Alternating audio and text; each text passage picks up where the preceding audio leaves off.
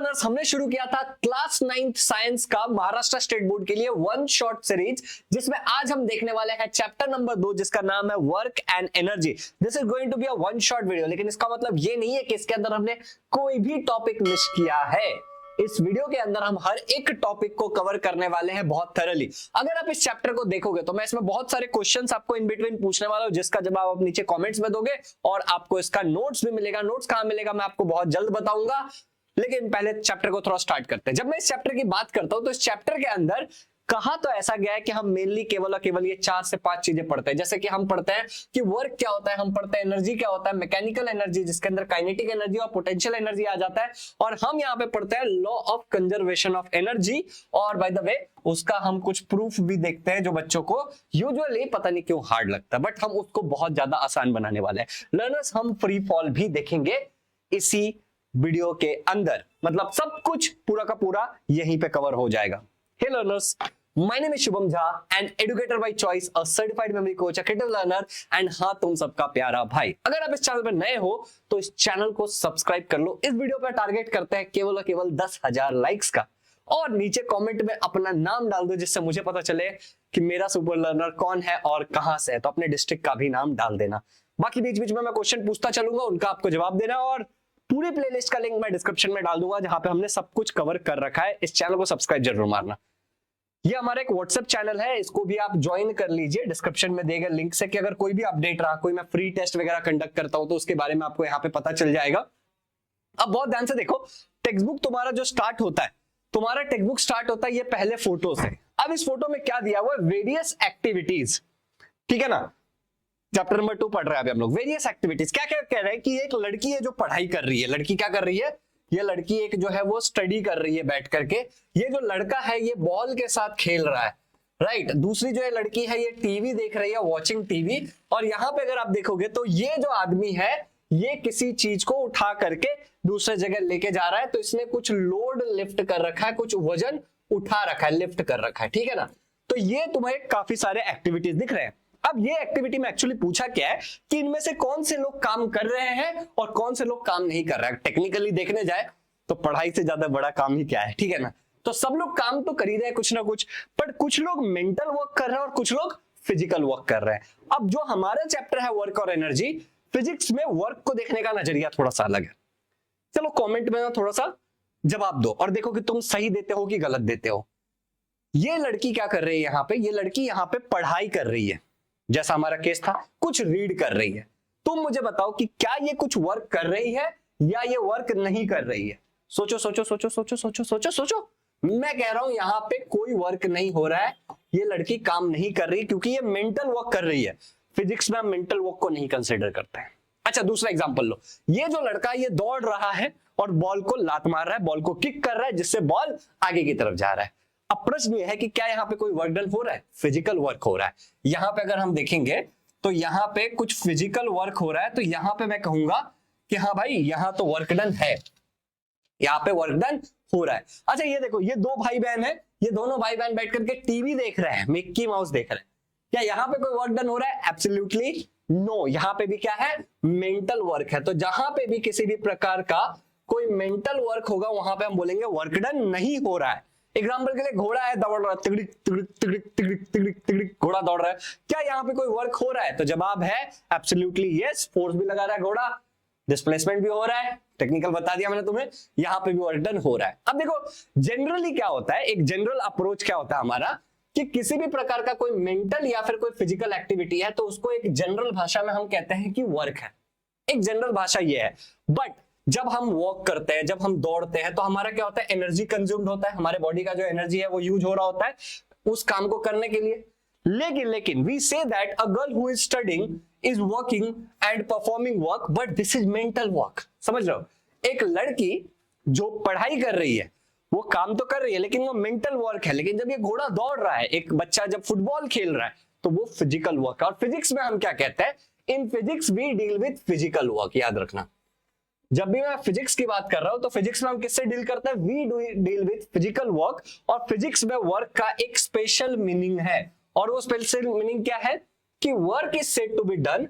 हम तभी कहेंगे कि कोई काम हुआ है when the force applied on an object, किसी ऑब्जेक्ट के ऊपर फोर्स अप्लाई होगा। फॉर एग्जांपल ये जो हमारा दोस्त है, ये दोस्त क्या कर रहा है, इस बॉल के ऊपर एक फोर्स लगा रहा है, ठीक है ना, ये हमारा दोस्त इस बॉल के ऊपर फोर्स लगा रहा है, कॉजेस अ डिस्प्लेसमेंट, जिसके कारण क्या हो रहा है कि ये जो बॉल है वो आगे की तरफ डिस्प्लेस हो रहा है, अपने जगह से कहीं और जा रहा है, इसका क्या हो रहा है, डिस्प्लेसमेंट हो रहा है। तो अगर फोर्स अप्लाई होगा किसी चीज के ऊपर, उसके कारण डिस्प्लेसमेंट भी होना चाहिए।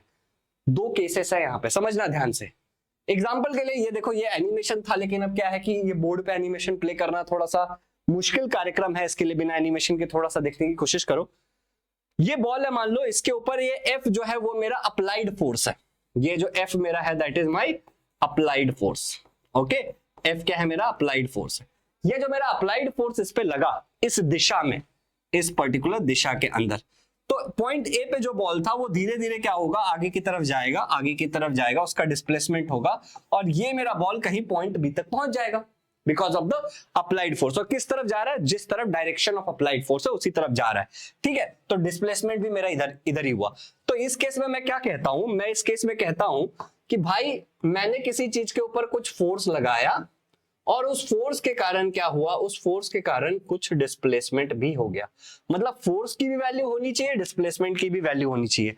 जब ये दोनों चीजें होंगी, फोर्स और डिस्प्लेसमेंट दोनों होगा, उस केस में मैं कहूंगा कि हाँ मेरा कुछ वर्क डन हुआ है।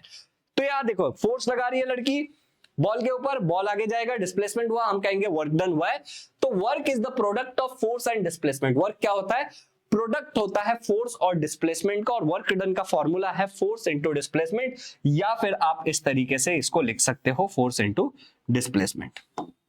आई रियली होप कि यहां पे आपको ये बिल्कुल क्रिस्टल क्लियर हो गया होगा कि वर्क डन क्या होता है। ये तो कुछ अलग ही है। एनीवे, ठीक है। अब एक क्वेश्चन है जो मैं क्वेश्चन तुम लोगों से पूछना चाहता हूं, इस प्रश्न का तुम उत्तर दो मुझे, ठीक है। क्वेश्चन देखो कितना सिंपल है कि a person reading book is not doing any work because the force is not applied, displacement is zero, force भी जीरो है, डिस्प्लेसमेंट भी जीरो है, नन ऑफ दिस।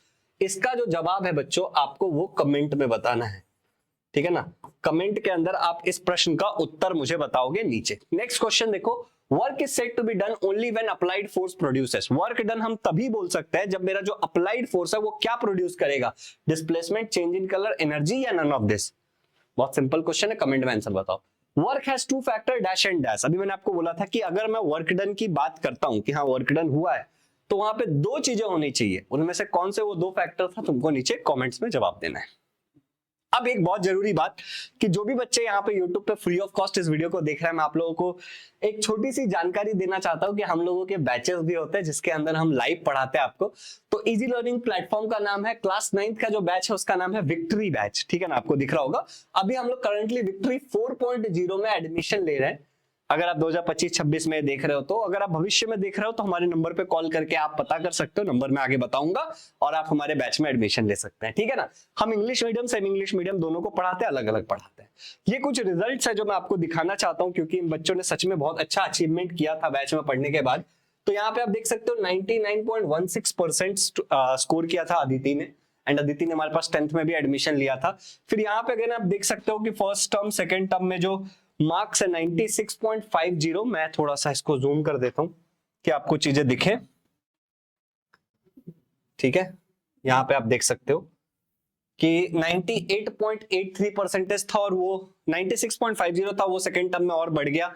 फिर देखो 91%, यहाँ पे 90 था। तो जो बच्चे हमारे पास पढ़ रहे थे उन्होंने हर एग्जाम में, unit test, second unit test, semester, second semester, सब में इंप्रूवमेंट ही किया था। अगेन यहाँ पे ऐसे बहुत सारे मार्कशीट है, अगर आप देखोगे तो बहुत 96% था बच्चे का। यहाँ पे अगेन आप देख सकते हो 86% है, 93.50% है, ठीक है। तो बहुत सारे बच्चों ने हमारे पास पढ़ाई किया और सारे बच्चों का रिजल्ट बहुत ही तगड़ा रहा है, ठीक है ना। बहुत सारे रिजल्ट दिखाने के लिए पूरी हमारी टीम इसके पीछे मेहनत करती है, अकेले की मेहनत नहीं होती है। मैं बैच के अंदर साइंस पढ़ाता हूँ, Nilima Roy ma'am social science पढ़ाती है, जो हमारे इंग्लिश मीडियम के बच्चे होते हैं उनको इंग्लिश के अंदर पढ़ाती है वो। अब फरीन शेख मैम भी सोशल साइंस पढ़ाती है, लेकिन ये सेमी वाले बच्चों को पढ़ाती है। तो अब सेमी वाले बच्चे जो हमारे होंगे, जो ये वीडियो देख रहे होंगे, उनको पता है कि उनका जो सोशल साइंस है वो मराठी में, तो दो अलग टीचर्स है। योगेश सोनवने सर आपको मैथ्स पढ़ाते हैं, चंद्रशेखर सर आपको इंग्लिश पढ़ाते हैं, शैलेश गुडगे सर आपको संस्कृत पढ़ाते हैं, और कोमल दीक्षित मैम हिंदी पढ़ाती है। तो कुल मिला के मैं ये सब कहना चाह रहा हूँ कि हम ऑल सब्जेक्ट्स आपका कवर करते हैं हमारे बैच के अंदर, ठीक है ना। अब बैच के अंदर क्या क्या फैसिलिटी है जिसके कारण इतना अच्छा रिजल्ट आता है? सबसे पहले हर एक topic, each and every topic आपको लाइव पढ़ाया जाएगा। आपका पूरा सिलेबस हम कंप्लीट करेंगे। आप मोबाइल, पीसी, टैबलेट, चाहे आपके पास एक एंड्रॉइड फोन हो चाहे एक एप्पल का फोन हो, आईओएस का मतलब होता है एप्पल वाला फोन, आईपैड या फिर कुछ भी, कोई भी डिवाइस हो आप उसको यूज कर सकते हो। हर एक क्लास खत्म होने के बाद उसकी रिकॉर्डिंग रहती है। चैप्टर वाइज आपका हम डाउट क्लियरिंग सेशन लेते हैं। ये जो हम लोग डाउट क्लियरिंग सेशन लेते हैं ये हम लोग जूम पे लेते हैं, एक तो कि आप इंटरैक्ट कर सकते हो ऑडियो वीडियो चालू करके। ये डाउट क्लियरिंग सेशन होता है। लाइव क्लास तो हमारी ही एप्लीकेशन पे होता है। और दूसरा एक हमारे पास फीचर है रेज अ हैंड। सिंपल भाषा में अगर रेज अ हैंड समझाओ तो रेज अ हैंड का मतलब है वॉइस कॉल। लाइव क्लास के अंदर आप बात करके भी डाउट क्लियर कर सकते हो टीचर से।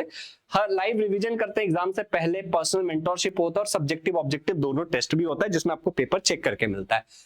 अगर आपको इसके बारे में कोई भी जानकारी चाहिए तो आप इस नंबर पे कॉल कर सकते हो, ठीक है ना, और हमसे क्यूआर कोड मांग सकते हो पेमेंट करने के लिए और आप पेमेंट कर सकते हो। करंटली जो अभी हमारा एडमिशन फीस है, जब मैं ये वीडियो बना रहा हूं तो 10,000 रुपए है, ठीक है ना। अब डिपेंड, मैं ये वीडियो 2025 में बना रहा हूं, 2025-26 के बैच का प्राइस ये है। अगर आप मान लो कभी शायद 26-27 के बैच के लिए एडमिशन लेते हो या फिर 27-28 के बैच के लिए एडमिशन लेते हो, आप ये वीडियो अगर कभी बाद में देखते हो तो ये फी चेंज हो सकता है। डिस्क्रिप्शन में दिए गए नंबर पे आप कॉल कर सकते हो और जो हमारा एप्लीकेशन का लिंक है उसको डाउनलोड कर सकते हो। ऐप का लिंक भी मैं डिस्क्रिप्शन में डाल दूंगा, वहां से भी आप लेटेस्ट प्राइस चेक कर सकते हो कि जो भी है, ठीक है। तो ये नंबर आपको मैंने दे दिया। अभी हम लोग अपना आगे कंटिन्यू करते हैं। डिस्क्रिप्शन में सारा डिटेल्स है, नंबर वगैरह सब कुछ डिस्क्रिप्शन में ऐड कर दिया है, ठीक है ना। तो डिस्क्रिप्शन चेक कर लेना। बैच बिल्कुल ज्वाइन करना चाहिए तुमको, क्योंकि बैच के अंदर बहुत ईमानदारी से बहुत सारी चीजें बहुत अच्छे तरीके से पढ़ाई जाती है। एकदम वर्थ इट होगा अगर तुम ज्वाइन करोगे तो। चलिए आगे बढ़ते हैं। अब बात करते हैं एक ऐसी चीज की जिसको हमने ऑलरेडी लास्ट चैप्टर में अच्छे से पढ़ा था कि फोर्स क्या होता है। फोर्स क्या होता है? फोर्स एक पुश या फिर पुल होता है, ये हमें ऑलरेडी पता है। फोर्स का जो फॉर्मूला है वो क्या है? Force is equal to M मतलब मास है, ए मतलब एक्सलरेशन, तो मास इंटू एक्सलरेशन। और इसका जो एसआई यूनिट है वो है न्यूटन और सीजीएस यूनिट है डाइन। अब इसको तुम ऐसे समझो, यहां जो ये चीज लिखा हुआ और ये, और फोर्स क्या है? एक वेक्टर क्वांटिटी है। देखो यहाँ पे ध्यान से सुनो, मैंने कहा कि फोर्स का फॉर्मूला होता है मास इंटू एक्सलरेशन। मास का एसआई यूनिट होता है केजी, मास का सीजीएस यूनिट होता है ग्राम। कोई दिक्कत? अच्छा, एक्सलरेशन मतलब हो जाता है मीटर पर सेकेंड स्क्वायर। अगर यहीं पे अगर मैं सीजीएस में बात करूंगा तो ये हो जाएगा सेंटीमीटर पर सेकेंड स्क्वायर। ये पूरे टर्म को मैं एक नाम से बुला सकता हूं, दैट इज न्यूटन। इस पूरे टर्म को मैं एक नाम से बुला सकता हूं, न्यूटन। और ये वाला पूरे टर्म को मैं एक नाम से बुलाता हूं, डाइन। तो अब तुम्हें समझ में आ गया होगा कि वहां पे क्या लिखा। चलिए आगे बढ़ते हैं। Force can be push pull both A and B. क्या है इसका जवाब? नीचे कमेंट में बताना है आपको। अगला है body completes 2 round of a circular track of radius 100 metre, the work done will be. Question बड़ा सिंपल है, आप इसको ऐसे समझो कि एक सर्कुलर ट्रैक है आपके पास, ठीक है ना। ये एक सर्कुलर ट्रैक है। ये सर्कुलर ट्रैक जो है 2 round of a circular track of radius 100 metre. इस सर्कुलर ट्रैक का जो रेडियस है वो रेडियस आपका है 100 मीटर, ठीक है ना। इस सर्कुलर ट्रैक का जो रेडियस है दैट इज 100 मीटर। और एक बंदा मान लो एक बॉडी यहां से शुरू कर रहा है, पॉइंट ए से शुरू कर रहा है, राउंड 1, ठीक है, फिर राउंड 2, तो ऐसे 2 राउंड मार रहा है और ए पे ही पहुंच जा रहा है। तुम्हें वर्क डन बताना है। तो वर्क डन का फॉर्मूला क्या होगा? Work done is equal to force into displacement, ठीक है ना। डिस्प्लेसमेंट को हम एस से लिख लेते हैं, डिस्प्लेसमेंट। तो अब तुम बोलोगे भैया यहाँ तो ना तो फोर्स और ये 100 मीटर दिया खाली, ना तो फोर्स बताया ना तो डिस्प्लेसमेंट बताया, तो क्या होगा आंसर? आप सोचो यहाँ पे क्या होगा इसका आंसर। बहुत प्यारा क्वेश्चन है, मजा आ जाएगा तुमको। अब बात करते हैं यहाँ पे एसआई यूनिट वर्क डन की। तो देखो वर्क डन का फॉर्मूला क्या था? Force into displacement. तो यहां देखो, फोर्स एफ हो गया हमारा, डिस्प्लेसमेंट एस हो गया हमारा, ठीक है ना। फोर्स का एसआई यूनिट क्या है? न्यूटन, यहाँ पे एन लिख दिया।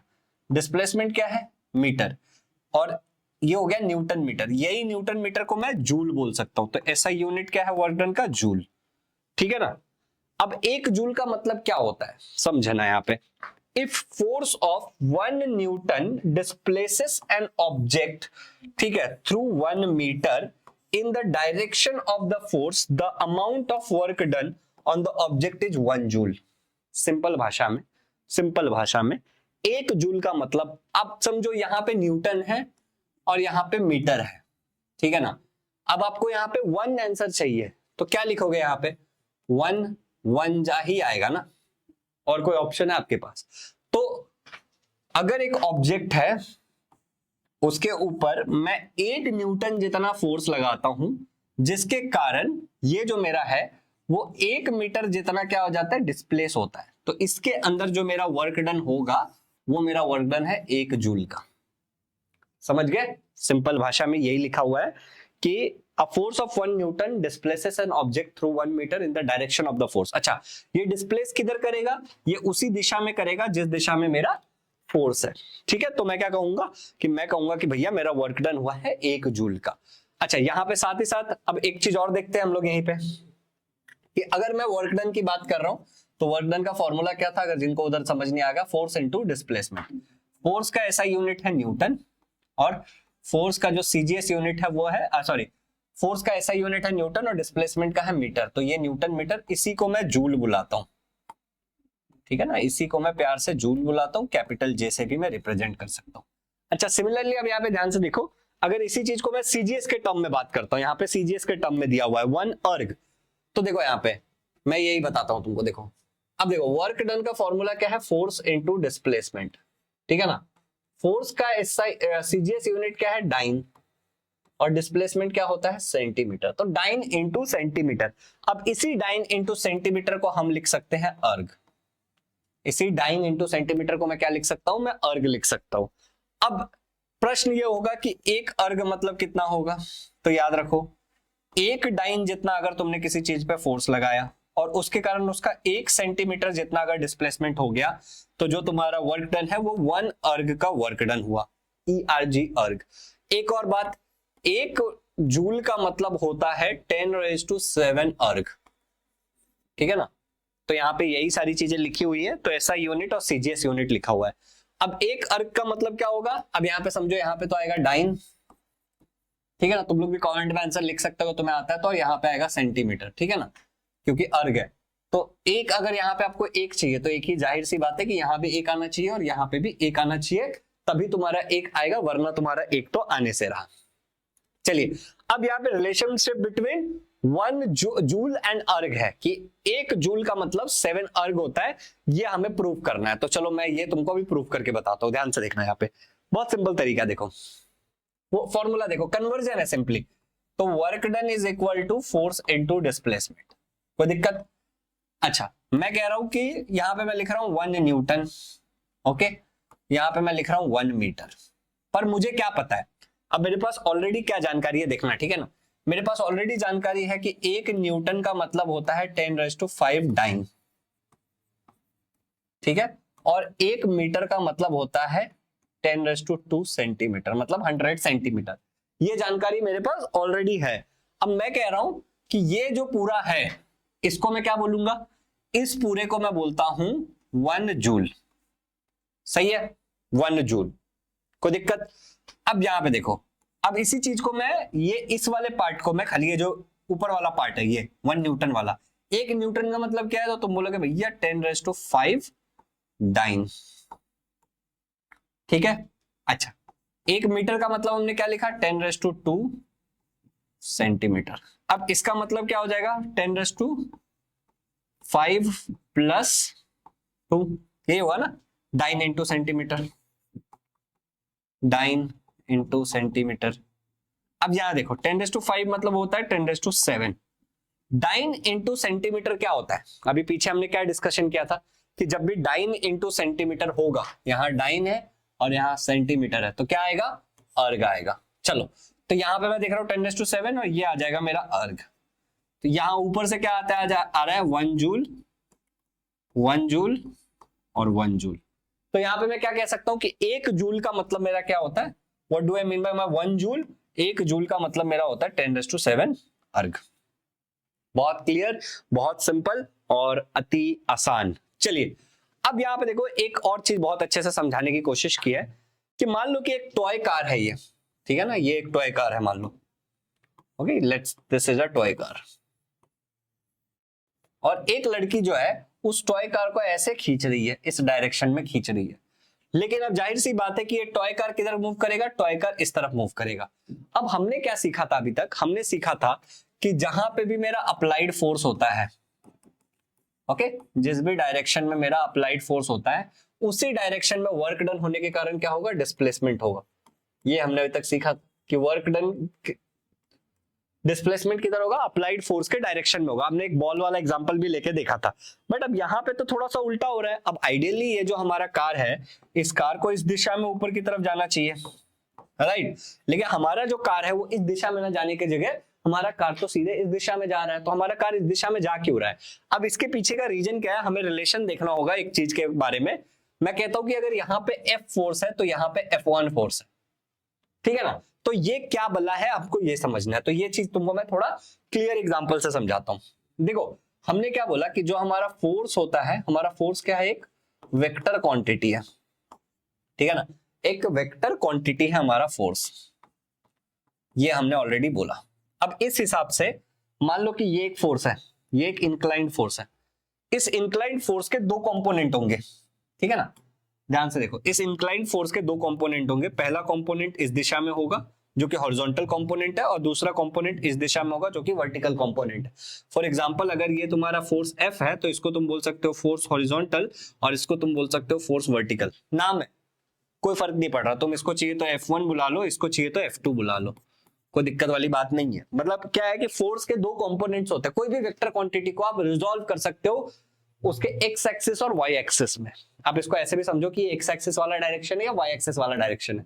तो अब जो वो टॉय कार था उसको जब बच्ची इस तरीके से खींच रही थी, इस दिशा में खींच रही थी, तो ये जो फोर्स का कंपोनेंट था, ये वाला हॉरिजॉन्टल कंपोनेंट जो था फोर्स का, जिसको हमने F1 बुला दिया, उस हॉरिजॉन्टल कंपोनेंट के कारण ये आगे गया। अगर बच्ची ज्यादा फोर्स लगाएगी, अगर ये एंगल को अगर बच्ची बढ़ा देगी, तो एक पॉइंट के बाद क्या होगा, ये इस तरीके से गाड़ी ऊपर उठ जाएगा, पहला टायर गाड़ी का आगे उठ जाएगा, राइट। अब इसी चीज को यहाँ पे देखने की कोशिश करते हैं कि फोर्स है F1 है, और इस दिशा में क्या हो रहा है, डिस्प्लेसमेंट हो रहा है। देखो ये मेरा फोर्स है और इस दिशा में मेरा डिस्प्लेसमेंट हो रहा है, S मेरा डिस्प्लेसमेंट इस दिशा में।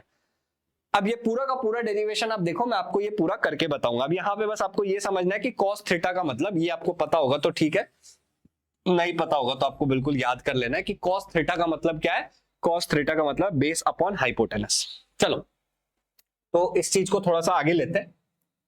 अब हम क्या कह रहे हैं, हम कह रहे हैं कि ये हमारा एक सिनारियो था, मान लो ये मेरी गाड़ी थी, ठीक है, ये मेरी गाड़ी थी, इस दिशा में मेरी गाड़ी पे ये वाला फोर्स F लग रहा था, ओके। इसका जो ये कंपोनेंट है ये मेरा F1 कंपोनेंट है, मैं कह रहा हूं ये वाला मेरा जो कंपोनेंट है वो F1 कंपोनेंट है, और मैं इस तरीके से टक टक टक टक टक करके यहाँ पे एंगल थीटा ले लेता हूँ, ठीक है ना, यहाँ पे मैंने एंगल थीटा ले लिया। अब ये F1 कंपोनेंट के कारण इधर डिस्प्लेसमेंट S हो रहा है, इस तरफ मेरी गाड़ी जा रही है, तो मैं कहूंगा कि वर्क डन जो है वो मेरा F1 फोर्स के कारण हो रहा है, और साथ ही में उसका डिस्प्लेसमेंट S है। अब मुझे इस F1 की वैल्यू चाहिए। यहाँ पे जो एंगल थीटा है इसका मैं कॉस थीटा लूंगा। कॉस थीटा क्या होता है, बेस अपॉन हाइपोटेनस, हाइपोटेन्यूस। अब ये बेस क्या होता है, बेस मतलब जो थीटा से चिपका हुआ है नीचे वाला, ठीक है ना। तो बेस क्या है मेरा F1 है, और हाइपोटेनस का मतलब क्या होता है, वो लंबा वाला साइड ट्रायंगल का, ये राइट एंगल ट्रायंगल है ना, तो जो ऐसा इंक्लाइंड वाला पार्ट है उसको हम हाइपोटेनस बोलते हैं। तो हाइपोटेनस क्या है मेरा F है, हाइपोटेनस मेरा F है, तो मैं कह सकता हूं कि मेरा जो cos थीटा का वैल्यू आया that is F1 upon F। अब यहां से अगर मैं आपसे F1 की वैल्यू पूछूंगा, यहां से अगर मैं आपको F1 की वैल्यू पूछूं कि F1 की वैल्यू क्या है, तो तुम F1 की वैल्यू क्या बोल दोगे, F1 is basically equal to F cos theta, F cos theta. कैसे, देखो यहाँ पे ये जो मेरा F1 है, यहाँ पे इसको ऐसे देखो, ये जो मेरा F है यहां से वो F इस तरफ गया, ठीक है ना। जब मेरा F इस तरफ गया तो उधर, इधर डिवाइड में था उधर मल्टीप्लाई हो गया, ठीक है, उधर डिवाइड में था इधर मल्टीप्लाई हो गया, तो ये हो गया F cos थीटा। अब F1 की वैल्यू मिल गई है, ये इक्वेशन नंबर 1 था मान लो, ठीक है ना। तो इक्वेशन नंबर 1 फिर से उठाओ, F W is equal to F1 into S। यहाँ पे F1 की वैल्यू डाल दो, F cos theta dot S या मल्टीप्लाई S, ठीक है ना, मल्टीप्लाई S। तो ये हो गया, इसको मैं लिख सकता हूं, S को आगे ले लो, FS cos थीटा, कुछ नहीं है, मतलब बीच में मल्टीप्लीकेशन है, ये डॉट का मतलब है कि बीच में मल्टीप्लीकेशन है। तो वर्क डन का वैल्यू क्या आ गया, work done is equal to FS cos theta, ये तुम्हारा फॉर्मूला आ गया। अब ये वाला फॉर्मूला हम लोग कब यूज करते हैं? ये फॉर्मूला हम लोग तब यूज करते हैं जब किसी एंगल के ऊपर हमारा क्या होता है, वर्क डन अप्लाइड होता है। मतलब जैसे ये वाला केस था, यहाँ पे जो मेरा वर्क डन अप्लाई हो रहा था वो ये एस, ये थीटा एंगल पे हो रहा था, राइट। मतलब जो फोर्स है वो इंक्लाइंड है, तो उस केस में हम लोग ये वाला फॉर्मूला यूज करते हैं, ठीक है ना। एफ एस कॉस थीटा, देखो यहाँ पे यही फॉर्मूला है ना हमारा, F S cos theta, F S cos theta, ये हमारा फॉर्मूला आया था यहाँ पे। Got it. तो चलो अब ये भी हमारा क्लियर हो गया। तो अब एक काम करते हैं, तीन केसेस देखते हैं। सो अब हम लोग ना तीन केसेस पढ़ने वाले हैं। ये तीनों केसेस बहुत इंपॉर्टेंट है, ठीक है ना। ये तीनों केसेस को मैंने समराइज्ड वे में यहाँ पे लिख दिया है, लेकिन मैं चाहता हूं कि तुम लोग पूरी तरीके से पहले इसको देख लो, फिर मैं आगे की चीजें बताता हूं। तो चलो, आई होप कि तुमने देख लिया होगा। अब ध्यान से देखो, यहाँ पे एक्चुअली इन तीनों केसेस में हम कार्यक्रम क्या कर रहे हैं। हम भाई सिंपल सा कार्यक्रम कह रहे हैं कि हमने क्या बोला कि हमारा वर्क डन का एक फॉर्मूला क्या हो रहा है, वर्क डन का हमारा एक फॉर्मूला हो रहा है F into S into cos theta. ये हमारा एक फॉर्मूला निकल रहा है, सही बात है ना। एफ क्या है, फोर्स है, देख लो यहाँ पे ध्यान से। एफ हमारा फोर्स है, एस हमारा डिस्प्लेसमेंट है। ओके, अभी मैं तुम लोगों को बहुत मजेदार पढ़ाने वाला हूं। कॉस थीटा है कि एंगल, यहाँ पे थीटा क्या है हमारा एंगल, उसका कॉस कंपोनेंट, ठीक है ना। तो अब यहां तक अगर हमें बहुत क्लियरली समझ में आ गया तो ये वाली पार्ट भी हमें एकदम अच्छे से समझ में आएगा। चलो यहाँ देखो, यहाँ पे थीटा के तीन वैल्यूज है। अब मैं तुम्हें एक चीज बताता हूं, ये जो हमारा कॉस थीटा है, अगर तुमने ट्रिग्नोमेट्री पढ़ा होगा तो कोई ठीक है, वरना नहीं पढ़ा होगा तो कोई बात नहीं। तो यहाँ पे थीटा के लिए अगर मैं जीरो डालता हूं तो जो कॉस वन, कॉस जीरो की वैल्यू आती है, थीटा के जगह मैंने जीरो डाला, वो होता है 1। याद रखना, ये बिल्कुल याद रखने वाली बात है, इसमें कोई टेंशन नहीं। अब मान लो कि कॉस के जगह पे मैं डालता हूं 90, थीटा जो है ना, ये थीटा के जगह पे मैं 90 डालता हूं, तो अगर मैं 90 डालूंगा तो वैल्यू आएगा 0। ओके, और अगर मैं यहां पे डालता हूं cos 180 डिग्री, मतलब थीटा की वैल्यू अगर मैं 180 डिग्री डालता हूं तो मेरा जो वैल्यू आएगा वो आएगा -1। क्लियर है। अब ये इतनी सी छोटी सी बात हम लोगों को दिमाग में रखनी है, उससे हमारा बहुत सारा जीवन जो है वो आसान हो जाएगा। अब ध्यान से देखो, जो मैं तुम्हें समझाने जा रहा हूं, हम क्या कह रहे हैं कि थीटा की वैल्यू जब 0 है तो cos थीटा की वैल्यू, cos 0 की वैल्यू 1, 0 90 पे 180 पे -1। फिर मैं यहाँ पे ये फॉर्मूला कैलकुलेट कर रहा हूं, जो मैं अभी तुम्हें कैलकुलेट करके बताऊंगा। फिर मैं तुम्हें कंक्लूजन बता रहा हूं कि पॉजिटिव वर्क, निगेटिव वर्क। लेकिन हम पहले समझते हैं कि 0 डिग्री का मतलब क्या होता है, 180 डिग्री का मतलब क्या होता है, 90 डिग्री का मतलब क्या होता है। तो देखो, पहले सबसे पहले यहाँ पे ध्यान से देखो। ओके, यहां सबसे पहले तुम ध्यान से देखो, केस 1 को मैं ले रहा हूं जहां पे 0 डिग्री वाली बात हो रही। तो 0 डिग्री में मैं कह रहा हूं कि जिस डायरेक्शन में मेरा फोर्स है उसी डायरेक्शन में मेरा डिस्प्लेसमेंट भी है। दोनों के बीच का एंगल कितना है, 0 डिग्री है, समझ रहे हो, दोनों ऐसे गया है बिल्कुल। अच्छा, दूसरे यहां पे क्या होता है, यहां पे होता है पॉजिटिव वर्क, यहां पे जो आंसर आता है वो होता है पॉजिटिव वर्क, ठीक है ना। अच्छा, दूसरा केस देखो, दूसरा केस मैं बोल रहा हूं 90 डिग्री। तो जिस डायरेक्शन में मेरा फोर्स है और डिस्प्लेसमेंट है उनके बीच में 90 डिग्री बन रहा है, इस केस में होता है 0 वर्क, मतलब कोई वर्क डन ही नहीं होगा। अच्छा, तीसरा जो मेरा केस है उसमें क्या हो रहा है कि जो मेरा फोर्स है और मेरा डिस्प्लेसमेंट है वो अपोजिट डायरेक्शन में होगा। अगर फोर्स इस तरफ है तो डिस्प्लेसमेंट उस तरफ हो रहा है। यहां पे मेरा जो एंगल बन रहा होता है वो होता है 180 डिग्री। इस केस में मेरा जो होता है वो निगेटिव वर्क होता है। कैसे भैया, भैया कैसे, थोड़ा सा हमको एक आइडिया दे दो, समझो ना। फॉर्मूला क्या है, work done is equal to F into S into cos theta, ठीक है ना। अब इसी चीज को कंसीडर करते हुए मान लो कि फोर्स की वैल्यू है कुछ भी 10 रहने दो, ठीक है ना। डिस्प्लेसमेंट की वैल्यू मान लो 1 है, और कॉस थीटा में क्या हो जाएगा, तुम डालोगे cos 0 केस 1 में। cos 0 पे जैसे तुम डालोगे तो ये क्या हो जाएगा 10 इंटू 1, और cos 0 का मतलब क्या होता है हमें पता है 1 होता है। तो ये आंसर क्या आने वाला है मेरा, ये आने वाला है 10, पर कैसा आया, पॉजिटिव आया। तो मैं कहूंगा कि मेरा वर्क डन पॉजिटिव है। अच्छा, इस वाले केस में ले लो फिर से, work done is equal to force into displacement into cos theta. अब इस केस में तुम ध्यान से देखो, फोर्स की वैल्यू 10 है, डिस्प्लेसमेंट की वैल्यू 1 है, और कॉस की वैल्यू है तुम्हारी 90 डिग्री, ठीक है ना। कॉस की वैल्यू है तुम्हारी 90 डिग्री। अब यहाँ पे ध्यान से देखो, यहाँ पे अब मैं क्या कह रहा हूँ कि 10 1 जा 10 हो गया मेरा, और ये हो गया cos 90 मेरा हो गया 0, राइट। तो ये क्या आ जाएगा मेरा, 0 आ जाएगा। तो वर्क डन जो आएगा वो 0 आएगा, नो मैटर यहाँ कुछ भी रहने दो, ये पूरा 0 होगा और तुम्हारा ये 0 हो जाएगा। तीसरे केस में तुम देखो, हमारा वर्क डन का फॉर्मूला है force into displacement into cos theta. अब यहाँ देखो, फोर्स की वैल्यू मान लो 10 है, कुछ भी रहने दो, ये 1 है मान लो, और ये कॉस क्या है मेरा, कॉस है 180 डिग्री, ठीक है। अब यहाँ पे क्या आ जाएगा, 10 आ जाएगा, और ये आ जाएगा तुम्हारा -1, -1 के कारण क्या हो जाएगा, -10 हो जाएगा। तो तुम्हारा वर्क डन क्या हो गया, निगेटिव हो गया। तो समझे, एक मैंने एंगल के टर्म में भी तुम्हें समझा दिया और एक तुम्हें कैलकुलेशन के टर्म में भी समझा दिया, ठीक है।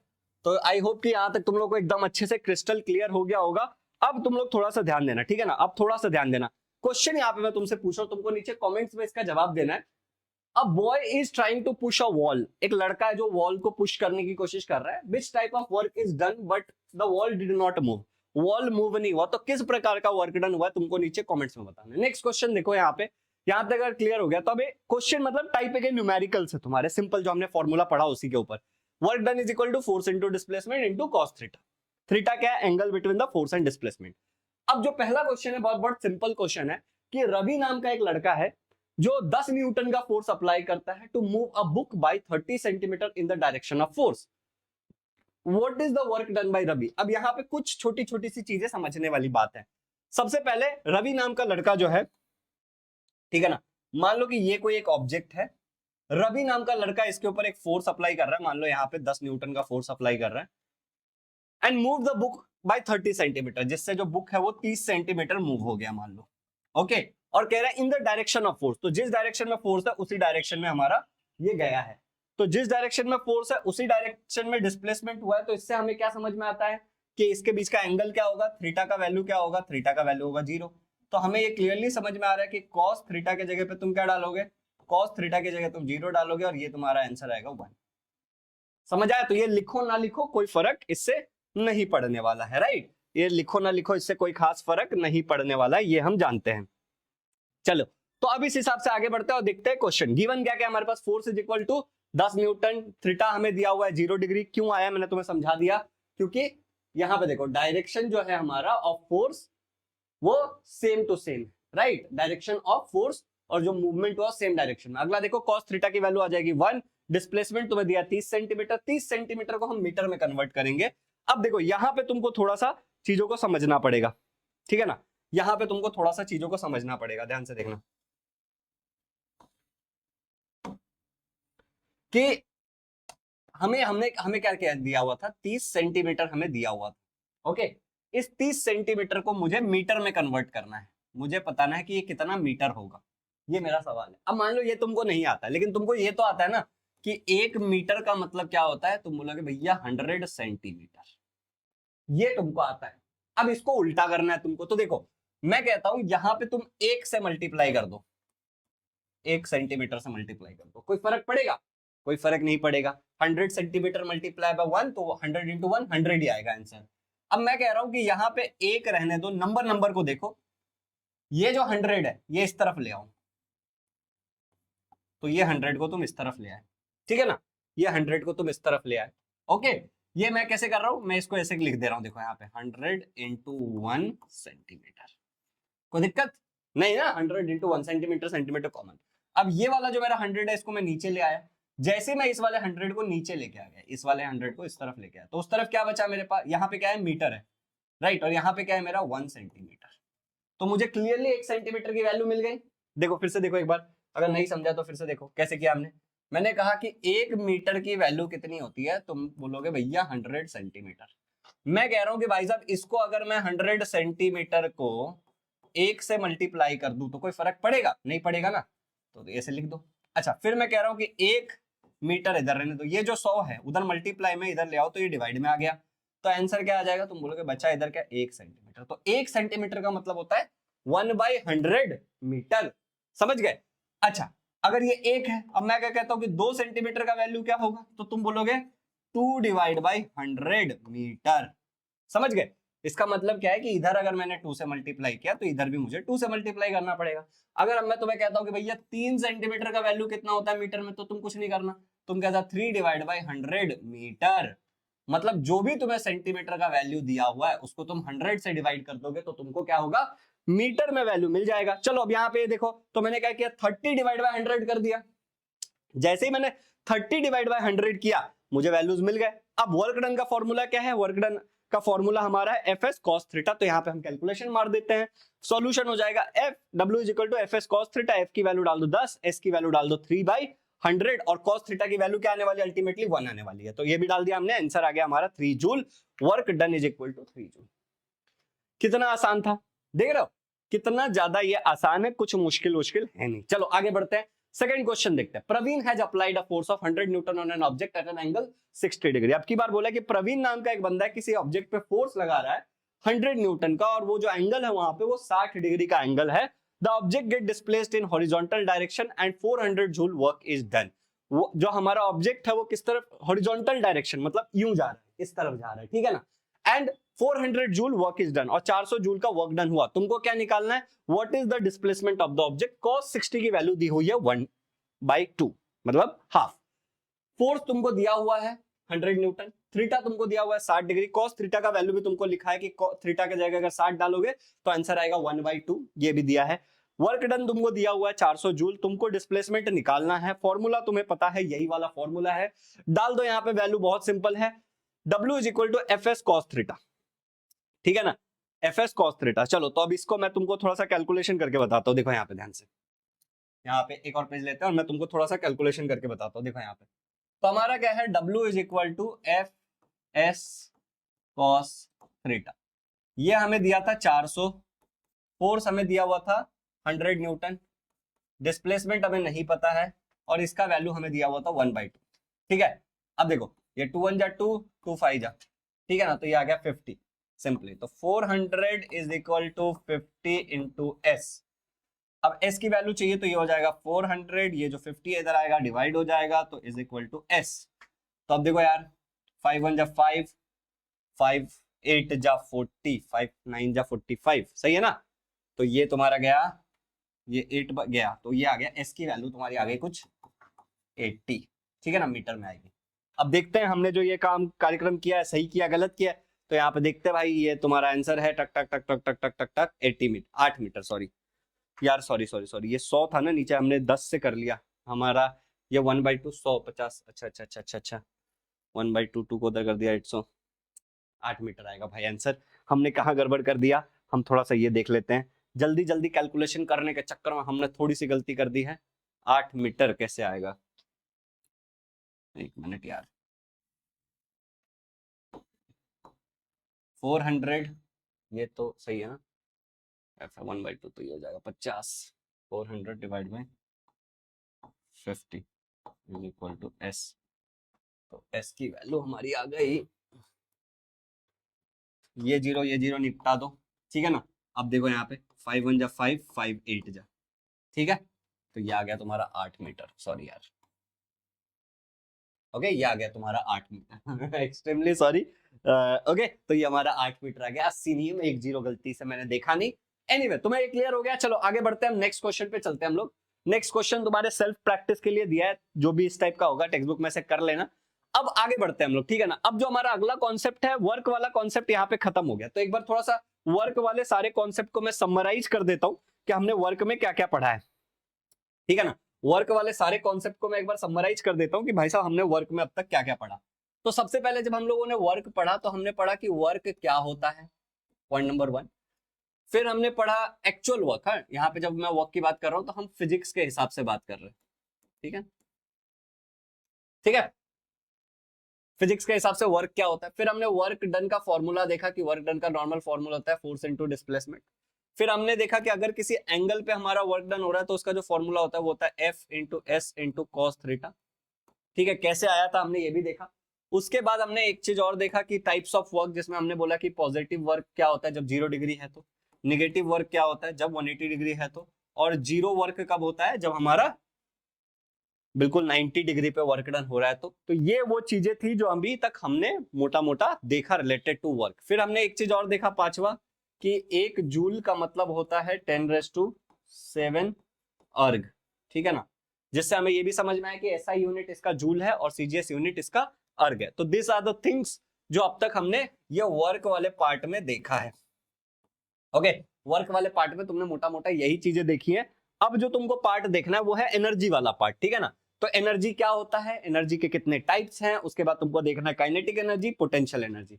काइनेटिक एनर्जी और पोटेंशियल एनर्जी का छोटा सा डेरिवेशन जो आता भी नहीं है, तो मोर और लेस हमको फॉर्मूला में इंटरेस्ट है, ठीक है ना। चलो, अगर फिर भी तुमको दिक्कत हो, अगर मैं पढ़ा दूं, फ्लो में पढ़ा दूं तो ठीक है, वरना क्या होता है वीडियो बहुत लंबा बन जाता है तो कई बार थोड़ा सा हम काम चोरी कर लेते हैं। बट एनीवे, अगर तुमको जरूरत होगी तो तुम कमेंट में डाल देना, एकदम मचा देना कमेंट में, डेली आके कमेंट करना कि ये वाला चीज छोड़ दिया तुमने, ये वाला नहीं पढ़ा है, मैं वो अलग से वीडियो बना के डाल दूंगा, ठीक है ना भाई। चलो, तो अगर कुछ छूटता है तो अभी तो खैर छोड़ना ही नहीं है। चलो, काइनेटिक एनर्जी, अच्छा एनर्जी का मतलब क्या होता है, मैं कहता हूं एक ज्यादा ताकतवर आदमी जो है, एक स्ट्रॉन्ग पर्सन जो होगा, उसके पास ज्यादा एनर्जी होगी तो वो ज्यादा काम कर पाएगा, मोर कैपेसिटी टू डू वर्क। मैं कहता हूं कि एक लेजी सा आदमी जो है, एक सुस्त सा आदमी जो है, जिस, ठीक है ना, lazy person has less energy, उसके पास कम एनर्जी होगा तो वो कम काम कर पाएगा। मतलब कहीं ना कहीं एनर्जी का इस बात से लेना देना है कि हम कितना काम कर सकते हैं। सही बात है, एनर्जी का इस बात से लेना देना है कि हम कितना काम कर सकते हैं। तो अगर एनर्जी को हम डिफाइन करने जाए तो हम कहते हैं एक स्ट्रॉन्ग आदमी ज्यादा काम कर सकता है, एक लेजी आदमी कम काम कर सकता है, क्योंकि इसके पास ज्यादा एनर्जी है, क्योंकि इसके पास कम एनर्जी है। तो मैं कहता हूं the capacity of a body to perform work is called as energy. Energy का मतलब बहुत सिंपल होता है, बहुत सादा होता है कि एक बॉडी कितना काम कर सकती है, कैपेसिटी टू डू वर्क, ठीक है ना। तो यहां पे आप ध्यान से देखो, जो टाइप्स ऑफ एनर्जी में क्या क्या है हमारे पास। एनर्जी का मतलब समझ में आ गया, capacity of a body to perform work, हम कितना काम कर सकते हैं। एनर्जी के वेरियस टाइप्स है, ठीक है ना। जैसे मान लो तुम बोलोगे थर्मल एनर्जी या हीट एनर्जी, ठीक है ना। हीट एनर्जी को हम एक और नाम से बुलाते हैं थर्मल एनर्जी। इसके अलावा तुम्हारा एनर्जी का एक टाइप हो सकता है, तुम बोलोगे भैया विंड एनर्जी, राइट, हवा के पास भी एनर्जी होता है। फिर तुम बोलोगे भैया साउंड भी एक प्रकार की क्या है, साउंड भी एक प्रकार की हमारी एनर्जी है। फिर तुम बोल सकते हो कि भाई साहब हमारी इलेक्ट्रिसिटी भी क्या है, इलेक्ट्रिकल एनर्जी, ये भी एक प्रकार की एनर्जी है। फिर हम लोग बोल देते हैं कि अगला हमारा आ जाता है लाइट एनर्जी, लाइट से भी बहुत सारी चीजें की जाती है, लाइट भी एक प्रकार की एनर्जी है। न्यूक्लियर एनर्जी जो हमारा होता है, सूरज के अंदर कौन सा एनर्जी होता है तुम्हें पता है, न्यूक्लियर एनर्जी या हीट एनर्जी, सोच के देखना, ठीक है ना। तो न्यूक्लियर एनर्जी, तो कुल मिला के अलग अलग प्रकार के टाइप्स ऑफ एनर्जी होती है, ठीक है ना। और भी बहुत सारे टाइप ऑफ एनर्जी हो सकती है, हमने यहाँ पे कुछ चीजें लिखी हैं जो हमें देखना था। सवाल यह है कि dash is the capacity to do work, नीचे कमेंट्स में तुमको जवाब देना है। और यहां पे अब देखो, हम अभी जो इस चैप्टर में पढ़ने वाले हैं, we are going to study more about mechanical energy. हम ज्यादा से ज्यादा मैकेनिकल एनर्जी वाला पार्ट पढ़ने वाले हैं कि मैकेनिकल एनर्जी क्या होता है। तो यहां पे ध्यान से देखो, मैकेनिकल एनर्जी को हम दो प्रकार में डिवाइड करते हैं। एक होता है हमारा पोटेंशियल एनर्जी और एक होता है हमारा काइनेटिक एनर्जी, ठीक है। अब एक एक करके दोनों को देखते हैं। पहले काइनेटिक उठाते हैं। काइनेटिक जो ये शब्द है, इस काइनेटिक शब्द का मतलब है कि कोई चीज मोशन में है, कोई चीज मूव कर रहा है। काइनेटिक शब्द का मतलब ये होता है। तो देखो, काइनेटिक का मतलब होता है मोशन, एनर्जी मतलब कैपेसिटी टू डू वर्क। तो मान लो तुम्हारे पास एक हैमर है, ठीक है ना। तुमने इस हैमर को इस तरीके से पकड़ा, ओके, पर तुम कुछ कर नहीं रहे हो, तुम इससे बिल्कुल ये रेस्ट पे है। Is the work done bye a hammer at rest. ये जो हैमर है तुम्हारा बिल्कुल रेस्ट पे है, तुम इससे कुछ कर नहीं रहे हो, तो क्या इससे कुछ वर्क डन होगा? सोच के देखो, आंसर ऑब्वियसली नहीं है, नहीं होगा, इससे कोई वर्क डन होगा। लेकिन अगर वही हैमर मूव कर रहा है और मान लो एक प्लैंक है तुम्हारे पास, एक लकड़ी का टुकड़ा है और उसके ऊपर कील है, तो कील अंदर जा रहा है, राइट, हमें क्लियरली दिख रहा है। तो हम क्या बोलेंगे, can a moving hammer do work? Obviously yes, एक मूविंग हैमर तो काम कर सकता है, राइट। तो इसका आंसर है यस। तो हम क्या कहते हैं, moving hammer has the capacity do work. तो इससे हमें एक जनरल चीज समझ में आती है कि अगर कोई चीज मूविंग है, कोई चीज अगर मूव कर रहा है, तो उसके पास एक कैपेसिटी है चीजों को करने की। समझ रहे हो? अगर कोई चीज मेरा मूविंग है तो उसके पास एक कैपेसिटी है चीजों को करने की, काम करने की एक कैपेसिटी है। तो यहां से होता है मूविंग एनर्जी के पास, मूविंग हैमर के पास एनर्जी है और उस एनर्जी को हम बोलते हैं काइनेटिक एनर्जी, ठीक है। अब ध्यान से देखो, the energy which an object has because of the motion is called as kinetic energy. कोई भी ऑब्जेक्ट जो किसी प्रकार का मोशन कर रहा है, जैसे ये हैमर यहाँ पे मोशन कर रहा है, तो अगर कोई ऑब्जेक्ट कोई मोशन कर रहा है और उसके कारण जो उसके पास एनर्जी है, दैट इज काइनेटिक एनर्जी, ठीक है। जैसे देखो, ये कार है यहाँ पे, राइट, ये कार अगर मूव कर रही है तो ये क्यों मूव कर पा रही है? This car is able to move because of kinetic energy. Moving car possesses kinetic energy. एक घोड़ा है जो दौड़ रहा है मान लो, ठीक है ना, तो ये दौड़ते हुए घोड़े के पास कौन सी एनर्जी होगी? Running horse possesses kinetic energy, ठीक है। अब देखो, यहां पे हमने ये समझा कि काइनेटिक एनर्जी। अब तुमको मैं कुछ चीजें पहले बताना चाहता हूं before I actually go forward, ठीक है ना। मैं आगे बढ़ूं उससे पहले मैं तुमको कुछ छोटी छोटी सी चीजें क्लियर करना चाहता हूं। ध्यान से समझना आप, ये बहुत जरूरी बात है। हमने क्या कहा कि एनर्जी का मतलब क्या होता है, ठीक है ना। हमने कहा कि एनर्जी का मतलब होता है capacity to do work. Energy का मतलब होता है, अब ये सब जो मैं तुमको बताता हूँ ये कहां से आता है? ये एक्सपीरियंस से आता है। पढ़ाते पढ़ाते पता चलता है कि बच्चों को डाउट है, बच्चे अटक जाते हैं, तो इसीलिए तुमको ये चीजें मैं बता रहा हूं। हमने कहा कि कैपेसिटी टू डू वर्क, ये होता है हमारा एनर्जी का मतलब। मतलब जितना मेरे पास एनर्जी होगा मैं उतना ही काम कर पाऊंगा, जितना मेरे पास एनर्जी होगा मैं इतना ही वर्क कर पाऊंगा, उतना ही मेरा वर्क डन होगा। तो क्या मैं कह सकता हूं कि कहीं ना कहीं, एग्जाम्पल के लिए हम अभी काइनेटिक एनर्जी ले लो, तो जितना मेरे पास काइनेटिक एनर्जी है मैं उतना ही उड़ पाऊंगा, उतना ही चल पाऊंगा, तो मैं कहता हूं उतना ही मेरा वर्क डन होगा। कोई दिक्कत है? तो एनर्जी और वर्क डन इज इंटरचेंजेबल। मानते हो कि जितना वर्क डन होगा उतना ही एनर्जी है, जितना एनर्जी है उतना ही वर्क डन होगा, ठीक है ना। Same goes for potential energy. Energy कुछ भी ले लो, जितना एनर्जी रहेगा उतना ही तुम काम कर पाओगे। ये बात समझ में आ गया? चलो, अगर ये बात समझ में आ गया तो बहुत बलशाली इंसान हो। तो अब एक्सप्रेशन फॉर काइनेटिक एनर्जी हमको निकालना है कि जो काइनेटिक एनर्जी का फॉर्मूला है वो कैसे आया। तो मैं तुमको एक थोड़ा सा छोटा सा एनिमेशन दिखाता हूं, ध्यान से देखना है एनिमेशन। मान लो एक पुट्ठा रखा हुआ है, एक ब्लॉक है, इस ब्लॉक के ऊपर m मास का एक छोटा ब्लॉक रखा है तुमने। इस m मास का जो ब्लॉक है वो तुम्हारे पॉइंट A पे है, ठीक है ना। और उसके बाद तुम क्या करते हो, इनिशियली ये रेस्ट पे है तो इसका इनिशियल वेलोसिटी 0 हो गया। ओके, इनिशियली ये क्या है, रेस्ट पे। अब तुम क्या करते हो, यहां पे से एक फोर्स अप्लाई करते हो, F फोर्स लगाते हो इस पे, m मास के ऑब्जेक्ट पे F फोर्स लगाते हो तो इसकी वेलोसिटी बदल जाती है और ये आगे घसक जाता है। देखो यहां था, ये आगे घसक के यहां तक चला गया। चलो ठीक है, यहां तक चला गया, पॉइंट बी तक पहुंच गया और यहां पे इसकी जो फाइनल वेलोसिटी है वो v है। इसको यहां तक पहुंचने में टाइम t लगा और इसका जो डिस्प्लेसमेंट हुआ है वो s हुआ है। क्लियर है यहां तक? अब मुझे एक्सप्रेशन निकालना है काइनेटिक एनर्जी का। आई होप कि तुम लोगों को केस क्लियर हो गया होगा पूरा। नहीं क्लियर हुआ है तो यहां पे चलो ध्यान से देखो। जिन लोगों को क्लियर नहीं हुआ है वो लोग फिर से देखेंगे यहाँ पे कि क्लियर हो जाएगा। मान लो ये एक ब्लॉक है मेरे पास, ठीक है ना। ये जो ब्लॉक है वो पॉइंट ए पे ब्लॉक है कहीं पे। इस ब्लॉक का मास है लेट से m। इस पे मैं एक फोर्स लगाता हूँ F, अप्लाइड फोर्स F लगाता हूँ मैं इस पे। ओके, अप्लाइड फोर्स F लगाता हूँ मैं। जिस मेरे फोर्स के कारण क्या होता है, ये जो मेरा ब्लॉक है, अच्छा बाय द वे, ये जो मेरा ब्लॉक है इनिशियल वेलोसिटी इसका u था। ओके, और इस मेरे फोर्स के कारण क्या होता है, जो ये मेरा ब्लॉक है वो आगे की तरफ घसक जाता है, ऐसे टक टक टक टक टक टक पोजीशन बी तक चला जाता है, ठीक है ना। ये जो मेरा ब्लॉक है वो पॉइंट बी तक चला जाता है। अब ए से बी तक जाने के लिए भैया इनको जो डिस्प्लेसमेंट इनका हुआ है वो s, इनको जो टाइम लगा है वो t है। Okay, if you want I can write it like this कि तुम्हें समझ में आए। तो इसका जो डिस्प्लेसमेंट हुआ है वो है इसका s, और इसको जो यहाँ से यहाँ तक जाके टाइम लगा है वो है t, और यहाँ तक पहुंचने के बाद इसकी जो फाइनल वेलोसिटी है दैट इज v। ओके, अब इन सारी चीजों को यहाँ पे हमें इस्तेमाल करना है और इस्तेमाल करके एक्सप्रेशन निकालना है। तो देखो, पहले तो वर्क डन हुआ है, कुछ तो वर्क डन हुआ है ना, हमने धक्का मारा, फोर्स लगाया, उसके कारण एस डिस्प्लेसमेंट हुआ, तो कुछ तो वर्क डन है। अब हमें क्या पता है, ये 1 है मान लो मेरा point. According to Newton second law of motion, ठीक है ना, फोर्स का फॉर्मूला क्या होता है, mass into acceleration, F is equal to M. ये हमारा हो गया वर्क डन, ये हो गया हमारा फोर्स का फॉर्मूला। एफ की वैल्यू निकालनी है, एस की वैल्यू निकालनी है, दोनों निकाल लिए, ठीक है ना, क्योंकि ऊपर का इक्वेशन में एफ और एस है। कैसे याद रखेंगे, वर्क डन का फॉर्मूला लिखेंगे, एफ फोर्स था, एस डिस्प्लेसमेंट है मेरा, एफ की वैल्यू निकालेंगे फिर एस की वैल्यू निकालेंगे। अच्छा, तो ये हो गया सेकंड। अच्छा, using Newton second equation of motion, जो हमारा सेकंड इक्वेशन ऑफ मोशन था फर्स्ट चैप्टर में हमने पढ़ा था, S is equal to UT plus half AT square. ये देखो, एफ की वैल्यू एम ए, एस की वैल्यू ये। अब मैं क्या कहता हूं, यहां पे मैंने क्या कहा था, इनिशियल वेलोसिटी मेरा क्या था बेटा, मैंने कहा था कि मेरा जो इनिशियल वेलोसिटी था, यू की वैल्यू कितनी थी, इनिशियल वेलोसिटी मेरा 0 था, राइट। तो यू की वैल्यू 0 डाल दी। तो ये देखो, u इंटू टी है, u की वैल्यू 0 तो t कुछ भी मल्टीप्लाई करोगे पूरा 0 हो जाएगा, सॉर्टेड है। चलिए, तो ये 0 हो गया, हाफ एटी स्क्वायर रह गया, तो मैं कहूंगा u 0 था तो मेरा ये जो बचा हाफ एटी स्क्वायर रह गया खाली। ओके, अब ये मेरा तीसरा इक्वेशन हो गया। अब पहले इक्वेशन में f के जगह ma और s के जगह हाफ एटी स्क्वायर डाल दो। Substitute equation 2 and 3 in equation number 1। तो f के जगह ma डाला और s के जगह मैंने 80 हाफ एटी स्क्वायर डाला। अब ये डालने के बाद क्या हो जाएगा, हाफ को मैंने बाहर निकाल लिया, हाफ को मैंने बाहर निकाला, ये a और ये a दोनों क्या हो जाएगा, a स्क्वायर हो जाएगा। तो मैंने कहा a, और ये t का भी स्क्वायर है तो मैंने कहा at का फुल स्क्वायर और हाफ और m। क्लियर है?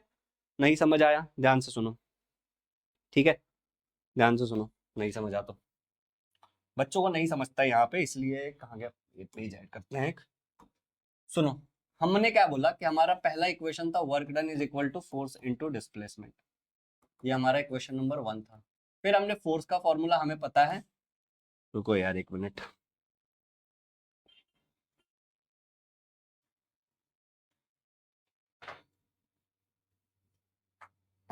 चलो हमारा फोर्स का फॉर्मूला है मास इनटू एक्सेलरेशन, और एस का जो हमने निकाला था यूटी तो गया तो हाफ एटी स्क्वायर, ये हमारा निकला, ये सेकंड इक्वेशन, ये हमारा निकला थर्ड इक्वेशन। अब मैं कह रहा हूँ पहला वाला इक्वेशन उठा लो, ठीक है, उसमें एफ के जगह एम ए डाल दो, ये एफ के जगह एम ए डाल दिया, ओके, इनटू एस के जगह डाल दो हाफ एटी स्क्वायर। अब यहाँ पे देखो ये हाफ को बाहर निकालो, ये एम एज इट इज है, ए यहाँ पे, ए यहाँ पे, ये क्या हो जाएगा ए का स्क्वायर, ये बचा टी का स्क्वायर, ए स्क्वायर टी स्क्वायर इन सबको साथ में लिख दो, हाफ एम ए और टी, तो मैं लिख दूंगा ए टी का होल स्क्वायर। क्लियर है? चलो आगे बढ़ते हैं, अब सेकेंड पार्ट पे चलते हैं। यहां तक हमारा वर्क डन निकल गया। अब देखो first law, first equation of motion use करेंगे, v is equal to you plus AT. U की वैल्यू तो जीरो थी तो v का वैल्यू क्या हो जाएगा, 80 हो जाएगा, v इज इक्वल टू 80 क्योंकि u की वैल्यू जीरो थी। अब देखो ये जो v है तुम्हारा ये 80 है, v का मतलब 80 है, ठीक है ना, v का मतलब 80 है और यहाँ पे भी 80 है, तो क्या मैं यहाँ पे v डाल सकता हूँ, बाकी स्क्वायर डाल देना, सही है ना। तो मैं बोलता हूँ कि यहाँ पे v square is equal to 80 square, simple, इधर भी स्क्वायर किया तो इधर भी पूरा स्क्वायर कर दो। अब ये v का वैल्यू उठा के इसमें डाल दो, तो using equation 5 and 4 W is equal to half mv square, और हमें पता है kinetic energy gained by the object is the amount of work done on the object, जितना काइनेटिक एनर्जी होगा उतना ही वर्क डन होगा, ये हमने ऑलरेडी पढ़ रखा है। तो हमारा फॉर्मूला काइनेटिक एनर्जी का ये आ गया हाफ mv स्क्वायर। कुछ सॉल्व एग्जांपल है, ये कराने से पहले मैं ये पूरा का पूरा पार्ट तुम्हारे लिए एक बार रिपीट कर देता हूं यहाँ पे लिख करके कि तुमको समझ में आए, ठीक है। पूरा पार्ट मैं यहाँ पे रिपीट कर रहा हूँ कि तुम्हारे तनिक सा भी छोटा मोटा भी अगर कोई डाउट है तो तुम्हारा क्लियर हो जाए। सबसे पहले हम लोग ये याद रखते हैं कि जितना वर्क डन होगा उतना ही काइनेटिक एनर्जी होगा। फिर हमने वर्क डन का फॉर्मूला लिख दिया, फोर्स इनटू डिस्प्लेसमेंट।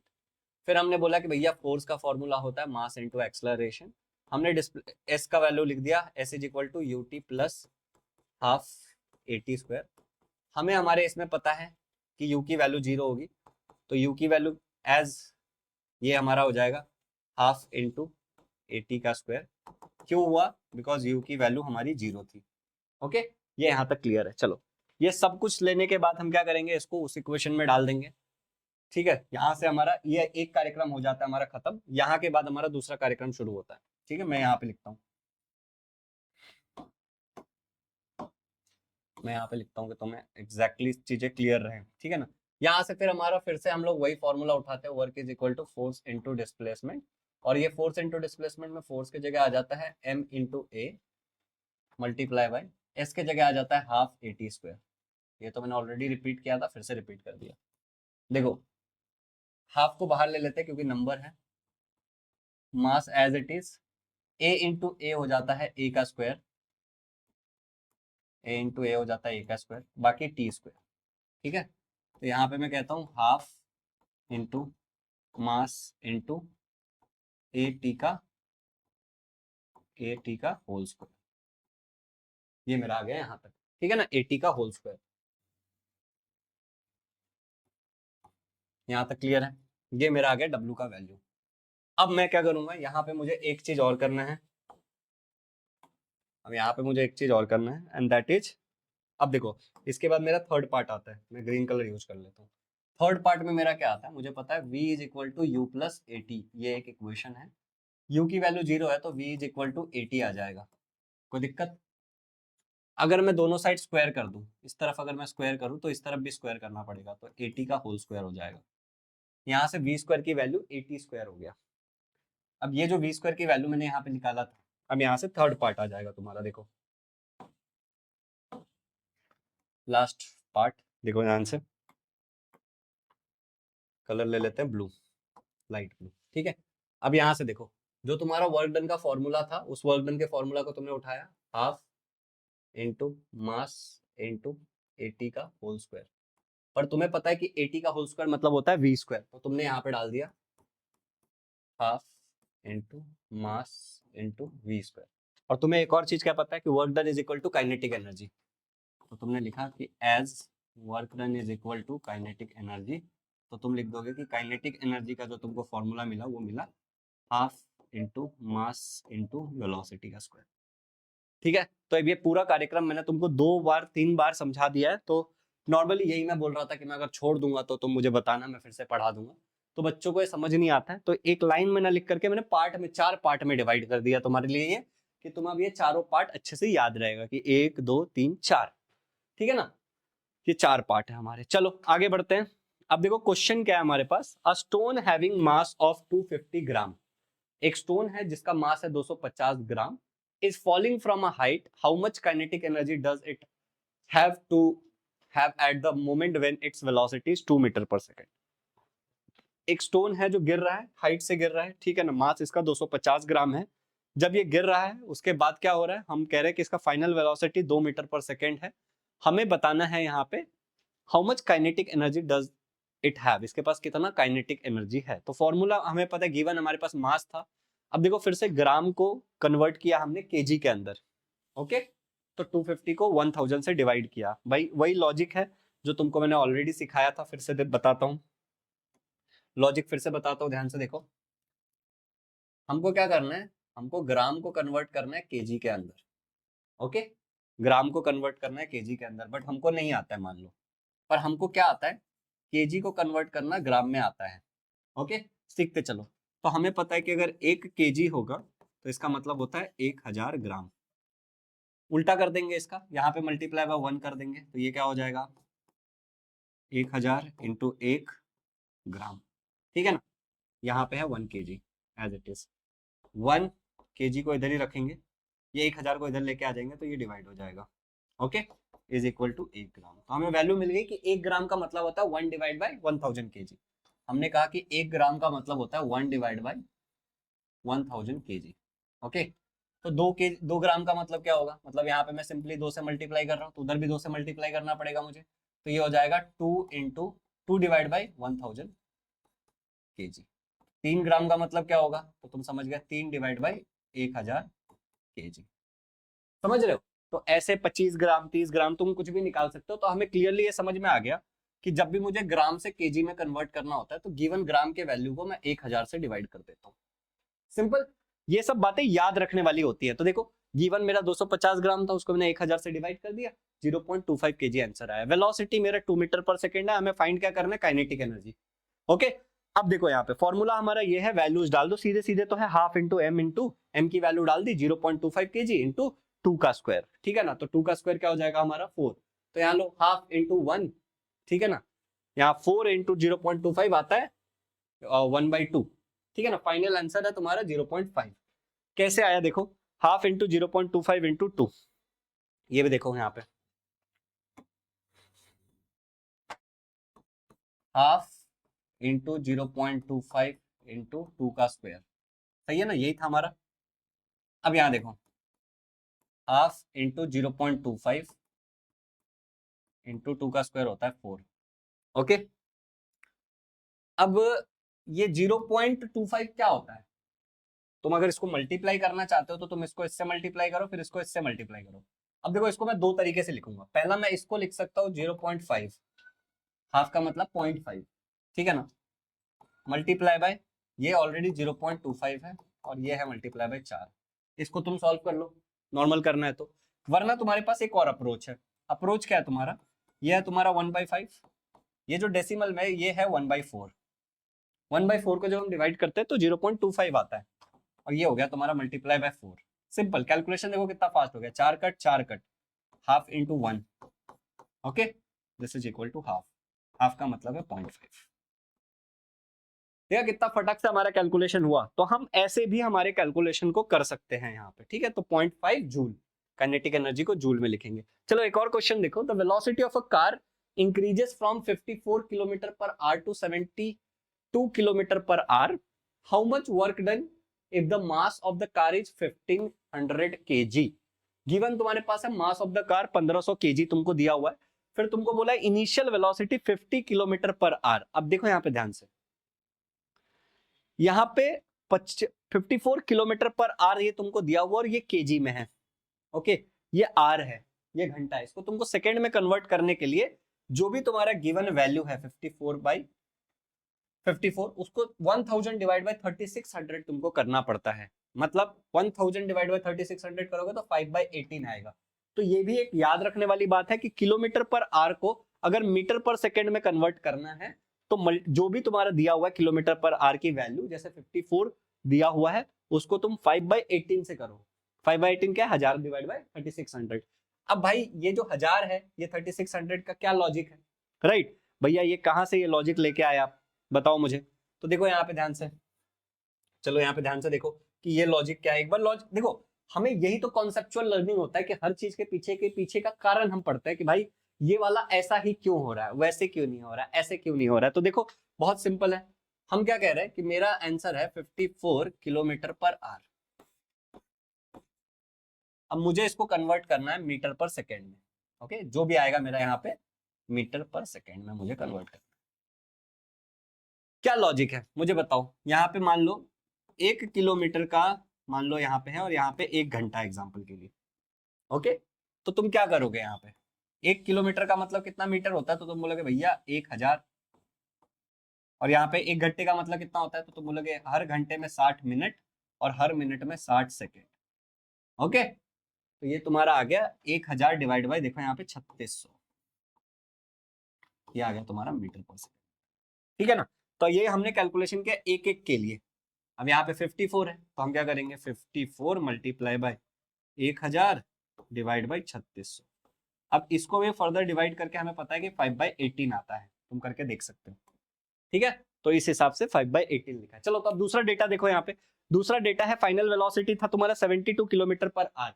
तो अब तुम लोग क्या करोगे, तुम लोग लिखोगे भैया 70, ये देखो यहाँ पे मैंने गलती कर दी है, यहाँ पे आ जाएगा तुम्हारा 72, ये मैंने गलती की है, यहाँ पे आएगा हमारा 72 मल्टीप्लाई बाय 5/18, जो कि हमारा आएगा 20 मीटर पर सेकेंड। ठीक है ना। चलो अब हमें फाइंड क्या करना है, हमें फाइंड करना है work done to increase the velocity. Formula क्या है हमारा, work done to increase the velocity change in kinetic energy. Simple सा मतलब है इसका, मतलब कि हमारा जो वर्क डन होगा वही हमारा चेंज इन काइनेटिक एनर्जी होगा। अब ध्यान से देखो, चेंज इन काइनेटिक एनर्जी तुम कैसे निकालोगे, तो हाफ m, तुम्हें डायरेक्ट वेलोसिटी दिया है क्या, देखो क्वेश्चन में तुमको डायरेक्ट वेलोसिटी नहीं दिया, तुमको फाइनल वेलोसिटी इनिशियल वेलोसिटी दिया। तो change in velocity will be final velocity minus initial velocity. ठीक है ना। यहाँ पे फॉर्मूला नॉर्मली क्या होता है हमारा नॉर्मल फॉर्मूला होता है, अगर हम नॉर्मल तरीके से चल रहे हैं तो हमारा जो फॉर्मूला होता है वो होता है हाफ m v का स्क्वायर। राइट, बट तुमको वेलोसिटी कैसे दिया है, अलग तरीके से दिया, तो तुम बोलोगे हाफ चेंज इन वेलोसिटी होगा final velocity minus initial velocity, पूरे का स्क्वायर कर दो, इससे तुमको चेंज इन वेलोसिटी मिल जाएगा। तो जैसे पहले तुम्हारा 20 था, ये 15 था, तो ये कितना आ जाएगा 5 का स्क्वायर। समझे। तो इस तरीके से तुम यहाँ पे जा सकते हो। तो चलो हम लोग वैल्यूज डालते हैं, वैल्यूज डालते हैं। अब देखो यहाँ पे सॉल्यूशन में हाफ इंटू 1500, 20 का स्क्वायर इंटू 15 का स्क्वायर, दोनों का स्क्वायर होगा। ठीक है ना। तो 750, ये 1500 का आधा कितना होगा 750, 20 का स्क्वायर होता है 400, 15 का स्क्वायर होता है 225। ठीक है ना। उसके बाद देखो यहाँ पे 750 इंटू 175, तो चेंज इन काइनेटिक एनर्जी तुम्हारा ये आ गया 131250 जूल। ओके, चलिए यहां तक क्लियर हो गया बच्चों। अगर अब तक विक्ट्री बैच तुमने ज्वाइन नहीं किया है तो आई लिटरली शेयर कि आप लोग ऐसे अमेजिंग रिजल्ट आप भी ला सकते हो, आपको डेफिनेटली विक्ट्री बैच ज्वाइन करना चाहिए। बैच में बहुत तगड़े तगड़े फैसिलिटीज है, तुमको अगर कोई भी प्रश्न है इसके बारे में तो तुम कॉल करके इंक्वायरी कर लो। एडमिशन यूजुअली चालू रहता है, इस नंबर पे कॉल करके काउंसलिंग ले सकते हो हमारे एजुकेशनल काउंसलर से, और पूछ सकते हो कि कभी करंटली बैच में एडमिशन हो रहा है कि नहीं हो रहा है, and you can get admission. सवाल देखो यहाँ पे, when the object is in motion it is having dash energy, इसका नीचे जवाब कमेंट्स में दो। Flowing water has dash energy, kinetic mechanical chemical potential, नीचे कमेंट में जवाब देना है। अब हमारा जो टॉपिक है दैट इज पोटेंशियल एनर्जी की, पोटेंशियल एनर्जी क्या बला है और ये कैसे काम करता है, क्या इसका फॉर्मूला है, क्या चीज है, क्या कॉन्सेप्ट है, ये सारी चीजें हम देखेंगे। अब अगर हम पोटेंशियल एनर्जी की बात करें तो जो हमारा पोटेंशियल एनर्जी होता है उसका डेफिनेशन है the energy stored in an object because of it's, किसी ऑब्जेक्ट के अंदर जो एनर्जी स्टोर्ड है इन कारणों के कारण। देखो सबसे पहला हमारा स्पेसिफिक स्टेट, दूसरा हमारा है पोजीशन, या फिर हम बोल सकते हैं हाइट। ठीक है ना, पोजीशन मतलब कहां पे, ठीक है, तो किस स्टेट में। फॉर एग्जांपल मान लो कि ये हमारे पास तीर धनुष है, ठीक है, बो एंड एरो। अब अगर मैं इसको ऐसे रखता हूं तो क्या मेरा ये जो एरो है, तीर है, ये बाहर जाएगा, नहीं जाएगा। लेकिन अगर मैं इसको स्पेसिफिक स्टेट में लेके आता हूं, फॉर एग्जांपल अगर मैं इसको when the string of the bow is stressed it is in specific state, तो इसको मैं खींचता हूं और खींच करके मैं इसको एक स्पेसिफिक स्टेट में लेकर के आया खींच करके। अब यहां पे क्या होगा, इसको जब मैंने ऐसे खींचा और इस पोजीशन में मैंने रखा है, इसके कारण इसके अंदर कुछ एनर्जी स्टोर हो गया है, और यही जो एनर्जी स्टोर है इसी को हम लोग पोटेंशियल एनर्जी कहते हैं। अब because of this stored energy जो मैंने पीछे खींच करके रखा है, जैसे ही मैं इसको छोड़ूंगा ये एनर्जी रिलीज हो जाएगा एंड ये काइनेटिक एनर्जी में कन्वर्ट होकर के यहाँ पे लग जाएगा। तो ऐसे पोजीशन में जो था वो था पोटेंशियल एनर्जी। स्पेसिफिक पोजीशन के कारण, स्टेट के कारण जो होता है दैट इज पोटेंशियल एनर्जी। ठीक है, अब जैसे देखो कोई इंसान है जो यहाँ पे है, इस पर्टिकुलर हाइट पे है, फिर किसी पर्सन ने क्या किया, a man climbing staircase changes its position, तो ये क्या कर रहा है, ऊपर गया, अपना पोजीशन चेंज कर रहा है, अपना पोजीशन चेंज कर रहा है। जैसे जैसे ये इसका हाइट बढ़ रहा है, इसके एक पोटेंशियल एनर्जी में भी बदलाव आएगा क्योंकि इसका पोजीशन बदल रहा है। समझ रहे हो? तो यहाँ पे हाइट बदलने के कारण इसके एनर्जी में भी बदलाव आएगा। ओके चलिए, मतलब जब ये कूदेगा तो उसका इंपैक्ट भी अलग होगा। चलिए ओके, अब यहाँ पे ध्यान से देखो, हमें समझना है the energy stored in an object because of its specific state और position is called as potential energy. ये डेफिनेशन हो गया।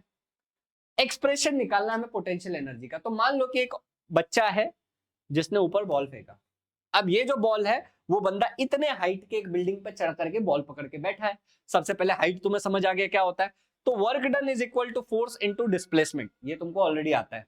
Okay, work done is stored in form of potential energy, तो जितना तुम्हारा वर्क डन होगा उतना ही तुम्हारा पोटेंशियल एनर्जी होगा। ये भी मैंने तुम्हें बताया था कि work done is equal to potential energy.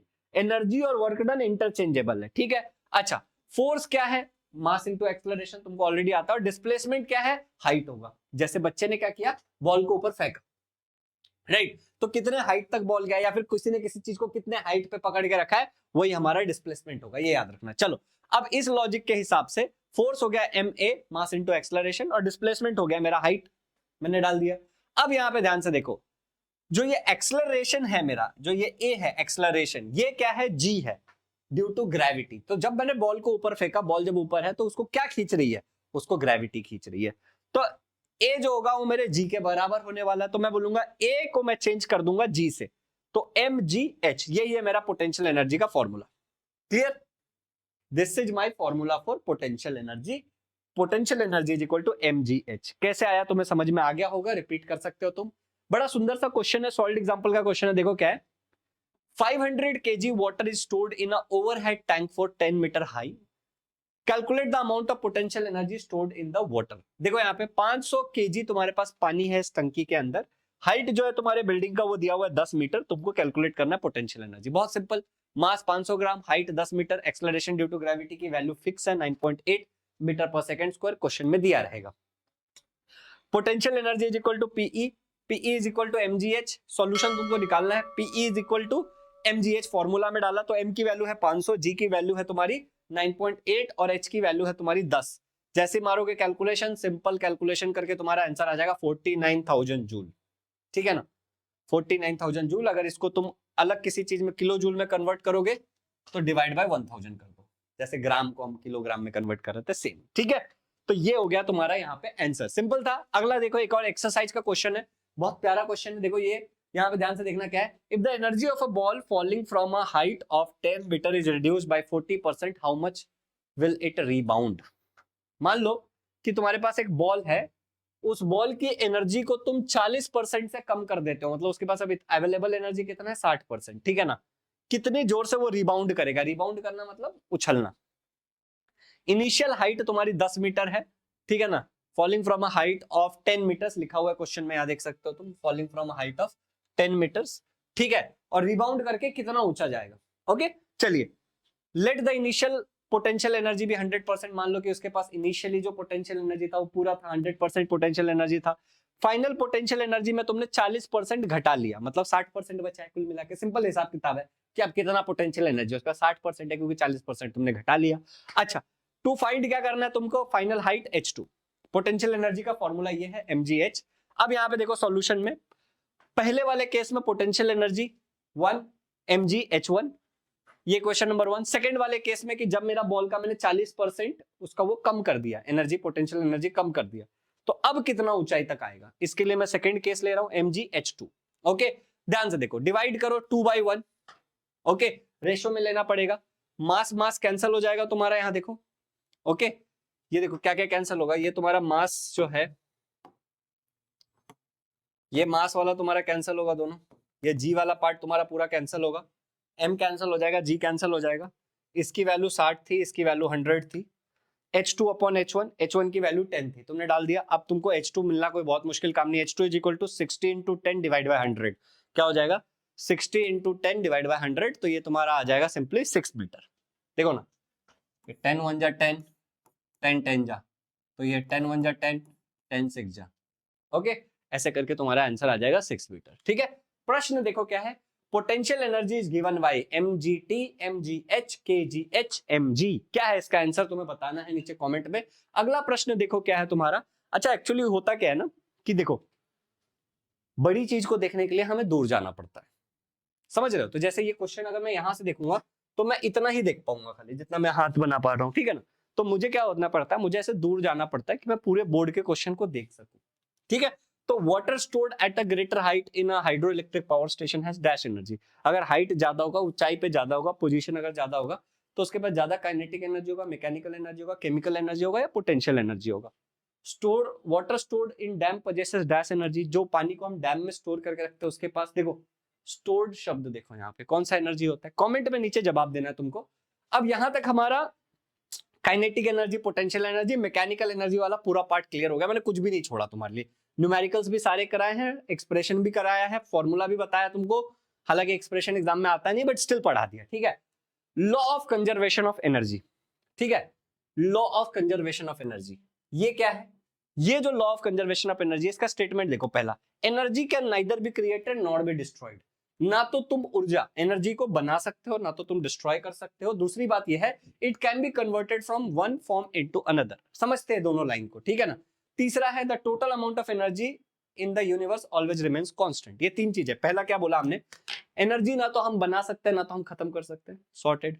दूसरा, एक फॉर्म से बस दूसरे फॉर्म में ट्रांसफर कर सकते हैं, ये वाला पार्ट मैं एक्सप्लेन करता हूं।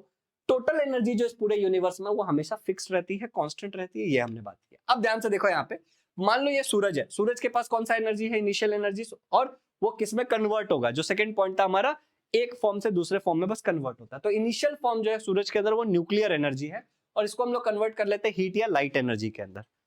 एक फॉर्म से दूसरे फॉर्म में कन्वर्ट हुआ। अच्छा, अगला देखो, एक रिजिड सपोर्ट से मैंने क्या किया, एक पेंडुलम लटकाया है, और इस पेंडुलम को मैं पॉइंट ए से पॉइंट बी तक लेके आया, तो इसके अंदर कुछ पोटेंशियल एनर्जी है, राइट। इस पोजीशन पे इसके पास कुछ पोटेंशियल एनर्जी, जब मैं इसको छोड़ दूंगा तो ये यहां तक जाएगा, फिर यहां तक ऐसे जाएगा, तो potential energy gets converted into kinetic energy, जिसके कारण मूव हुआ। फिर इस पोजीशन पे रुका हुआ मान लो, यहाँ पे फिर इसके पास कुछ पोटेंशियल एनर्जी है, फिर ये जाएगा इधर, काइनेटिक एनर्जी में कन्वर्ट होगा, समझ रहे हो तुम।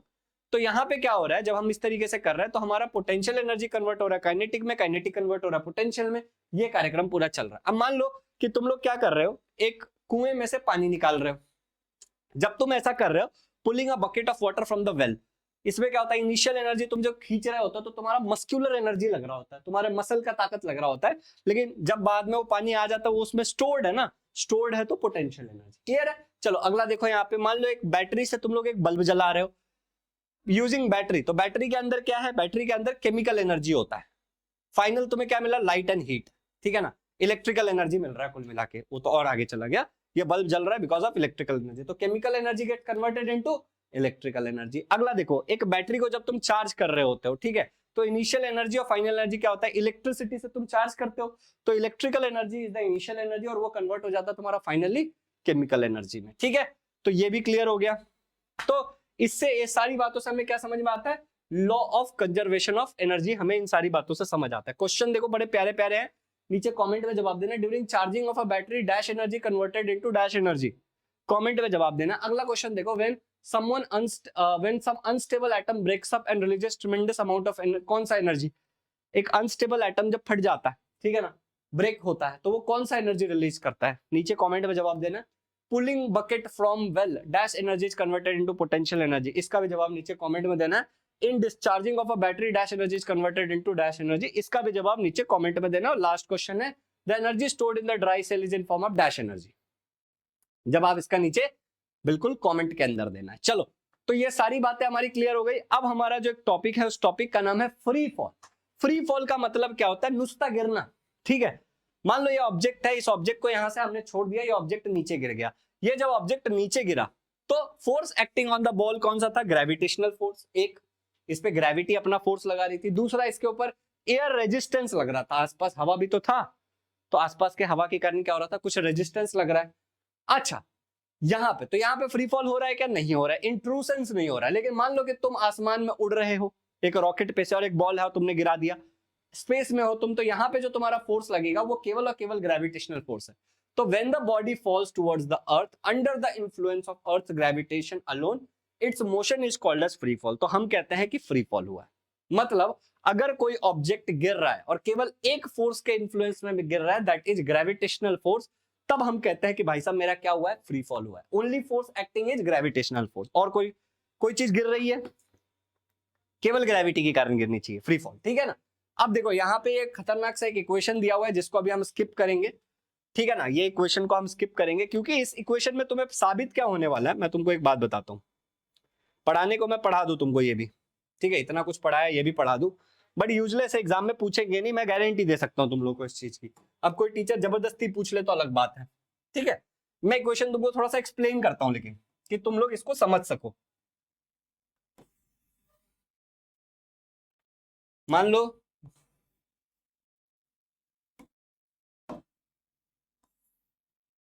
ये धरती है, समझना क्या है इस क्वेश्चन में, ठीक है ना। ये धरती है, ये जो पूरा हाइट है मान लो वो h हाइट है, पूरा h हाइट है, ओके। यहां पे तुम्हारे पास एक बॉल है, इस बॉल का लेट से मास m है, इनिशियल वेलोसिटी u इस बॉल का 0 है, इस पे कोई भी और फोर्स एक्ट नहीं कर रहा है, तो ये नीचे गिर रहा है केवल और केवल ग्रेविटी के कारण। तो जो तुम्हारी a की वैल्यू हो जाएगी वो हो जाएगी g, ओके। जो a की वैल्यू हो जाएगी वो g। मान लो ये पॉइंट a है तुम्हारा, जहां पे अभी ये बॉल है। अब यहाँ पे तुमको टोटल एनर्जी निकालना है, पॉइंट ए पे तुमको टोटल एनर्जी निकालना है। मैं तुमको बता दे रहा हूँ, तो खुद से ट्राई करके देखना इसको। नहीं आया तो कमेंट में पूरा चिल्लम चिल्ली मचा देना, मैं ये अलग से एक वीडियो बना दूंगा। तो टोटल एनर्जी क्या होता है, kinetic energy plus potential energy. Point A पे निकाल रहे हो तो मैं बोल देता हूँ E1 बोल दो इसको, कोई दिक्कत है, ई ए बोल दो, E1 बोल दो। काइनेटिक एनर्जी का फॉर्मूला क्या होता है, half into mass into velocity का स्क्वायर। तो यहाँ पे यू का स्क्वायर हो जाएगा। क्यों यू का स्क्वायर, क्योंकि इनिशियल वेलोसिटी यू है यहाँ पे, प्लस पोटेंशियल एनर्जी क्या होता है, एम जी एच। कोई दिक्कत, कोई दिक्कत नहीं होनी चाहिए। अब ऐसे करके तुम E1 की कुछ तो वैल्यू निकालोगे, लेट्स से XYZ तुमने E1 की कुछ तो वैल्यू निकाल ली इस हिसाब से, ओके। तुम कर सकते हो ना भैया, एम एम है कॉमन निकाल लो, XYZ दुनियादारी पीछे है, मैं दिखा दूंगा एनिमेशन, ठीक है ना। तो तुमने E1 की कुछ वैल्यू निकाली। अब मान लो कि तुम्हारा बॉल नीचे गिरा, तुम्हारा बॉल यहाँ पे आया, पॉइंट बी तक आया, यहां से यहां तक जो इसका डिस्प्लेसमेंट हुआ है वो है x, ठीक है ना। ऊपर से नीचे तक डिस्प्लेसमेंट x हुआ है, लेकिन यहां से यहां तक की हाइट क्या है इसकी, यहां से यहां तक की इसकी हाइट क्या होगी। तो देखो ना, ये टोटल h है, x घटा दो तो h माइनस एक्स।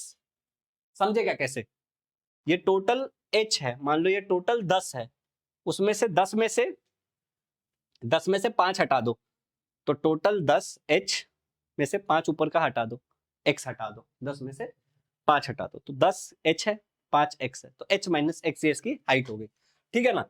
अब जब तुम या ये वाले पॉइंट बी पे E2 निकालोगे, सेम लॉजिक से निकालोगे तुम, ओके। फिर मान लो तुम्हारा ये ग्राउंड पे आ गया, बिल्कुल एकदम ग्राउंड पे आ गया, ये पॉइंट सी है, तो फिर तुम यहाँ पे क्या निकालोगे, E3 निकालोगे। तो 3 जगह पे तुमने एनर्जी निकाली। जब तुम 3 जगह पे एनर्जी निकालोगे तो तुम्हें क्या समझ में आएगा, 3 जगह पे एनर्जी निकाल के, कि टोटल एनर्जी जो है मेरा किसी भी पॉइंट पे वो सेम है। जब मैं किसी भी पॉइंट पे हूं तो जो मेरा टोटल एनर्जी है वो हमेशा कंजर्व हो रहा है, वो बदल नहीं रहा है फ्री फॉल में। That is what you are going to get. समझ आया, यही तुमको समझ में आता। अब यहाँ पे दिक्कत क्या हो जाती है, पहली दिक्कत होती है इस बात को समझने में। तो ये वाली बात मैं तुमको अभी यूं समझा देता हूँ, देखो ये वाली बात तो मैं तुमको यूं समझा दूंगा। मान लो ये पूरा हाइट है 10,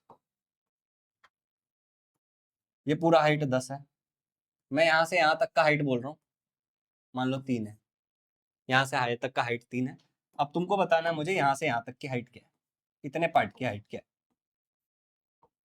लेट से ये h है, ये x है, तुम मुझे बताओ ये इतनी दूर की हाइट क्या है। तो तुम क्या बोलोगे, भैया इतनी दूर की जो हाइट है, यहाँ की जो हाइट है वो क्या बोलोगे तुम भैया, 10 माइनस ऊपर यहाँ से यहाँ तक पूरा ये 10 है, ये 3 है, तो ये पूरे 10 में से ये 3 हटा दो, 10 माइनस 3, राइट, यही बोलोगे ना। तो 10 क्या था, h था, 3 क्या था, x था, कोई दिक्कत? ये नीचे से यहां तक h माइनस एक्स, ये वाला क्लियर हो गया। दूसरा, तुम बार बार ये इक्वेशन का यूज करते हो, v is equal to u square plus 2as, okay.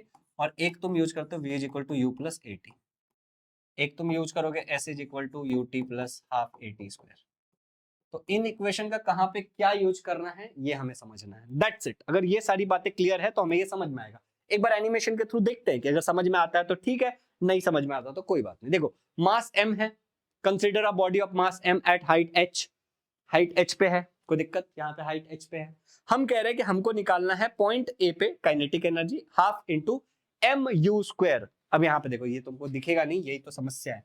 तो मैं काम करता हूँ, मैं थोड़ा लाइट्स बंद कर देता हूँ रूम के, कि तुमको ये चीजें दिखें, और बंद कर देता हूँ, ठीक है। चलो, तो तुमको दिख रहा है half into m u square, okay, half into m u square. तो ये half into m u square से हमें पता है यू की वैल्यू कितनी है, हमारे यू की जो वैल्यू है दैट इज 0। तो ये पूरा का पूरा क्या हो गया, 0 हो गया।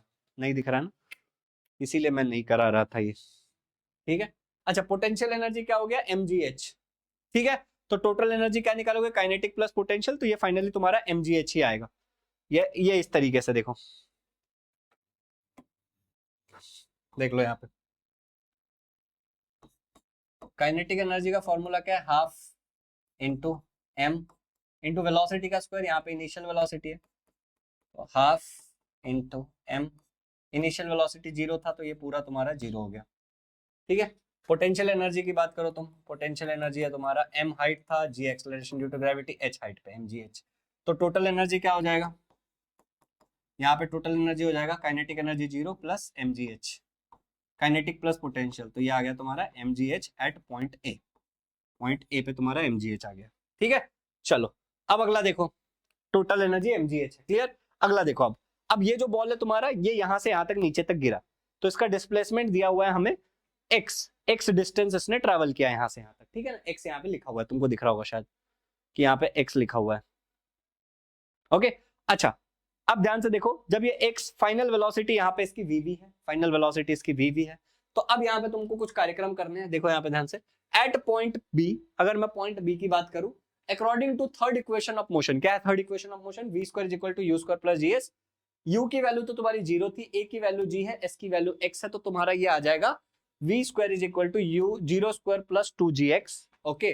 तुमको मैं पूरा नोट दे दूंगा तो तुम देख लेना, मैं लिख के बता देता हूँ। तो vv स्क्वायर आ गया तुम्हारा 2gx, ठीक है। Kinetic energy half mv square, यहाँ पे v के जगह vv स्क्वायर आ जाएगा, तो ये तुम्हारा आ जाएगा vv square is equal to 2gx। तो फाइनली तुम कैलकुलेट करोगे mgx आएगा, और यहाँ पे जब तुम हाइट की बात करोगे पॉइंट बी तक की, ठीक है ना, at B above the ground, height तुम्हारा h माइनस एक्स आएगा, जैसा मैंने तुम्हें बोला था। तो पोटेंशियल एनर्जी आ जाएगा mg h माइनस एक्स, तो टोटल काइनेटिक एनर्जी तुम्हारा आ जाएगा mgh ही, यहाँ पे भी आएगा mgh। कैसे आया, चलो दिखते हैं ध्यान से कैसे आया।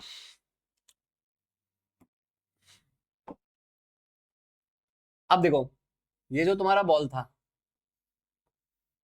ये पहले पॉइंट ए पे था, अब ये पॉइंट बी पे आ गया। मान लो यहाँ पे इसकी फाइनल वेलोसिटी v है, अब इनिशियल वेलोसिटी तो जीरो, इनिशियल वेलोसिटी तुम्हारी 0 थी, यहां से यहां तक जो इसने डिस्प्लेसमेंट किया है वो x है, पूरी हाइट h थी कंसिडरिंग, तो ये जो इसकी हाइट होगी यहां से वो होगा h माइनस एक्स, ये तो हमने ऑलरेडी देख रखा। तो अब हम क्या कहते हैं कि भैया काइनेटिक एनर्जी तो हम निकाल लेंगे, लेकिन उससे पहले हमको ये यूज करना है, v square is equal to u square plus 2gAs।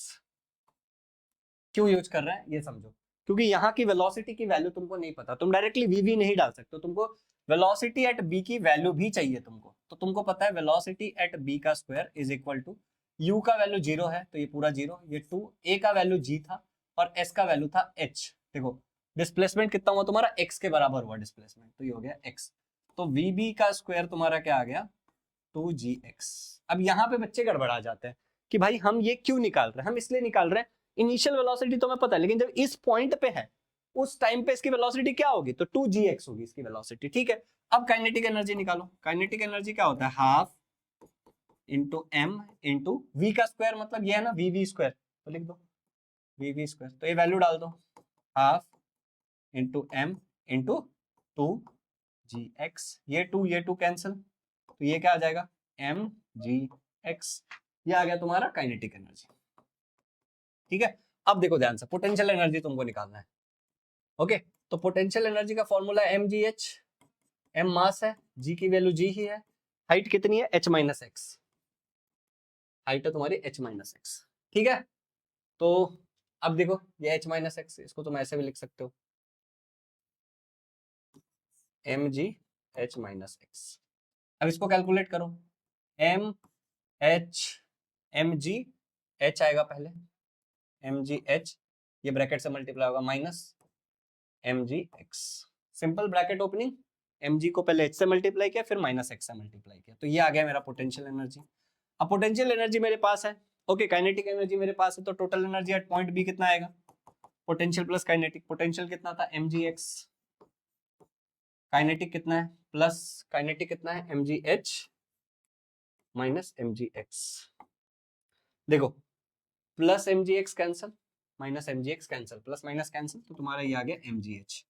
So what is the point, कि पॉइंट ए पे भी हमारा कितना निकला था mgh, पॉइंट बी पे भी हमारा क्या निकला है mgh, अब तुम पॉइंट सी पे भी निकालोगे तो भी mgh ही आएगा। देखो मैं तुमको दिखाता हूँ, तो ये हो गया तुम्हारा। अब देखो पॉइंट सी पे देखना ध्यान से, ठीक है ना, अब ध्यान से देखो, अब यही जो तुम्हारा बॉल है ये नीचे चला गया, बिल्कुल ग्राउंड पे चला गया तुम्हारा बॉल, ठीक है ना, तो अब फिर से तुम लोग वही करोगे, पॉइंट सी पे थर्ड इक्वेशन का इस्तेमाल करोगे, u की वैल्यू 0, a की वैल्यू g, s की वैल्यू h, ये सारी वैल्यू डालोगे, क्योंकि ऊपर से नीचे तक इतना डिस्प्लेसमेंट हुआ, हाइट जितना डिस्प्लेसमेंट हुआ, तो v स्क्वायर तुम्हें निकलेगा 2gh, फिर इक्वेशन में वैल्यूज डालोगे, तुम्हारा आ जाएगा काइनेटिक एनर्जी आ जाएगा mgh, पोटेंशियल एनर्जी तुम्हारा होने वाला है सीधे सीधे सिंपल हिसाब है 0, तो टोटल एनर्जी तुम्हारा mgh निकल जाएगा। ठीक है, तो मैं बोलूंगा जब मेरा बॉल ए से बी से सी तक जा रहा था तो क्या होता है, काइनेटिक एनर्जी तो इंक्रीज हो रही थी, राइट, फिर जब मेरा पोटेंशियल एनर्जी था वो डिक्रीज हो रही थी, राइट, बट टोटल एनर्जी जो रहा वो तो सेम ही रहा। कैसे, देखो यहाँ पे ध्यान से देखो, सी वाले पॉइंट पे भी कर ही देता हूं, अब जब इतना पढ़ा है तो थोड़ा और पढ़ा ही देता हूं, ध्यान से देखो। अब सी वाले पॉइंट के लिए देखो, बॉल यहाँ पे था, बॉल सी तक चला गया, इसकी हाइट h है, तो बॉल ऊपर से नीचे तक यहाँ से यहाँ तक आया, तो इसकी डिस्प्लेसमेंट भी कितनी हुई, h के बराबर ही हुई, राइट, जितनी हाइट है उतना ही तो नीचे आया, तो डिस्प्लेसमेंट भी उतना ही हुआ तुम्हारा। u का वैल्यू तुम्हारा एज इट इज 0 था, a की वैल्यू तुम g लेते हो, ठीक है ना, s की वैल्यू तुम्हें मिल ही गई, बाकी बॉल का मास m है, ठीक है ना। चलो ये ग्राउंड पे मान लो, यहाँ पे ग्राउंड पे हाइट कितनी होगी, 0 हो जाएगी, वैसे ग्राउंड पे हाइट 0 होगी, ऊपर से मैं डिस्प्लेसमेंट की बात कर रहा हूँ, तो काइनेटिक एनर्जी की बात करते हैं। काइनेटिक एनर्जी का फॉर्मूला, अच्छा देखो पहले काइनेटिक एनर्जी से पहले मुझे चाहिए कि ये पॉइंट सी जो है, वो पॉइंट सी पे वेलोसिटी एट सी क्या है, ये मुझे नहीं पता, तो वेलोसिटी एट सी निकालने के लिए मैं कहूंगा v square is equal to u square plus 2as। अब ये वेलोसिटी एट सी है, is equal to u square क्या होगा, 0 हो जाएगा, प्लस 2, ओके, a की वैल्यू होगी g और s की वैल्यू होगी h। यहाँ पे क्यों, क्योंकि ऊपर से नीचे तक आते हुए डिस्प्लेसमेंट बिल्कुल हाइट के बराबर डिस्प्लेसमेंट हुआ है, तो vc स्क्वायर मेरा कितना आ जाएगा, 2gh आ जाएगा। अभी इस हिसाब से मेरा काइनेटिक एनर्जी का फॉर्मूला क्या होगा, half into mass into velocity at C का स्क्वायर, जो कि क्या है 2gh, 2 कैंसिल, यहाँ पे mgh, यहाँ पे तुम्हारा आंसर आ गया, ये आ गया तुम्हारा काइनेटिक एनर्जी mgh। ओके, अब देखो पोटेंशियल एनर्जी तुम्हें निकालना है, तो पोटेंशियल एनर्जी क्या होता है mgh, यहाँ देखो मास तुम्हारा m ही है, g तुम्हारा g है, यहाँ पे हाइट क्या है तुम्हारा 0 है।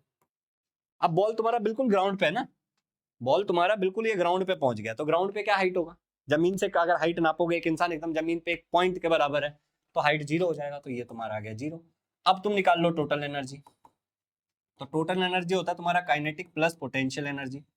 अब यहाँ पे काइनेटिक एनर्जी तुम्हारा क्या था mgh, और पोटेंशियल एनर्जी कितना है तुम्हारा 0, तो आंसर क्या आ जाएगा तुम्हारा 0। तो सॉरी, तुम्हारा आंसर क्या आ जाएगा यहाँ पे mgh आ जाएगा, ये तुम्हारा आंसर आ जाएगा mgh। तो पॉइंट सी पे भी तुम्हारा एनर्जी कितना आया mgh। इससे पूरा कार्यक्रम से तुमको क्या समझ में आया, देखो ध्यान से,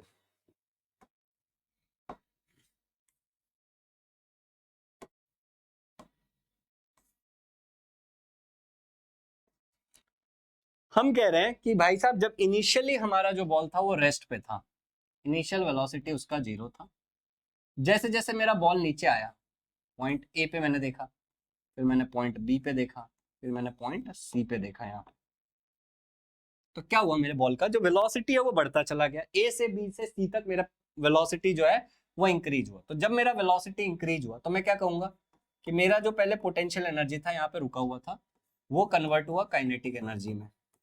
राइट, और धीरे धीरे मेरा काइनेटिक एनर्जी बढ़ा, टेक्निकली तो बढ़ा, राइट। यहाँ पे बॉल रुका हुआ ऐसे नीचे गिरा, ओके, तो क्या हुआ, उस पोजीशन में रुका हुआ तो पोटेंशियल एनर्जी था, नीचे गिरा तो काइनेटिक एनर्जी में कन्वर्ट हुआ।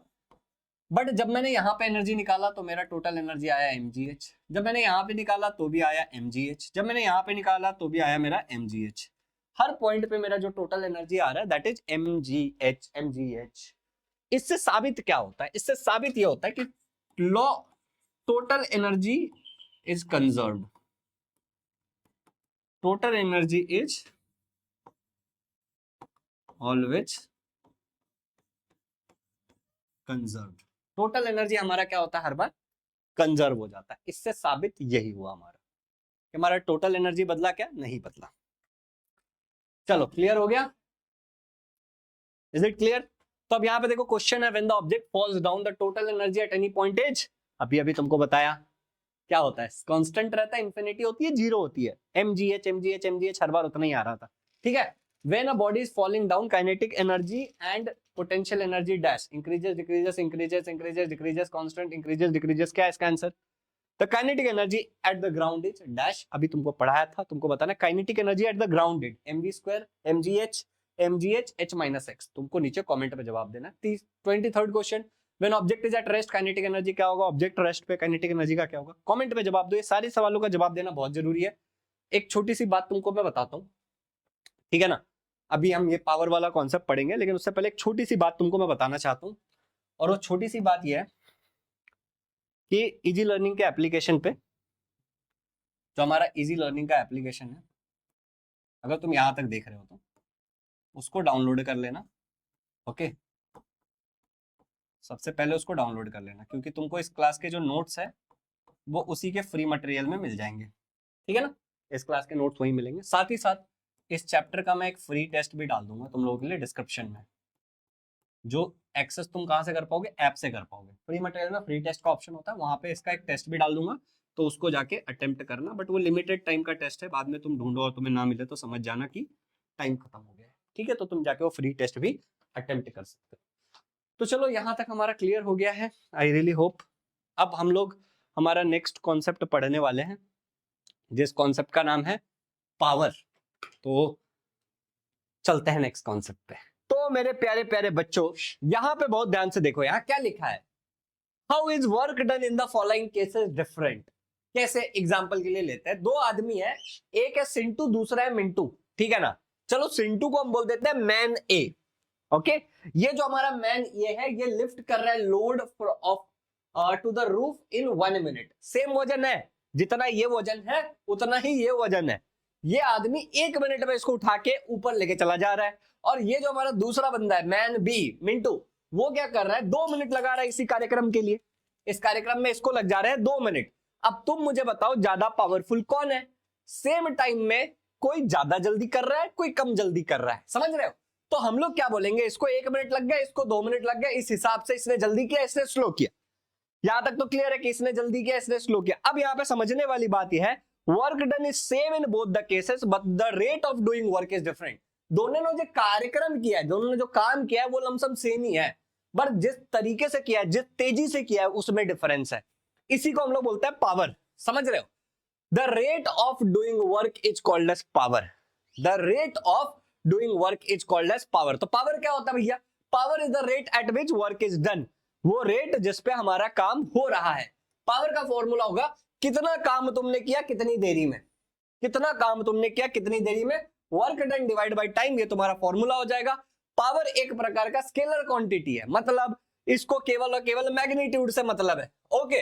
अच्छा, direction is not important here.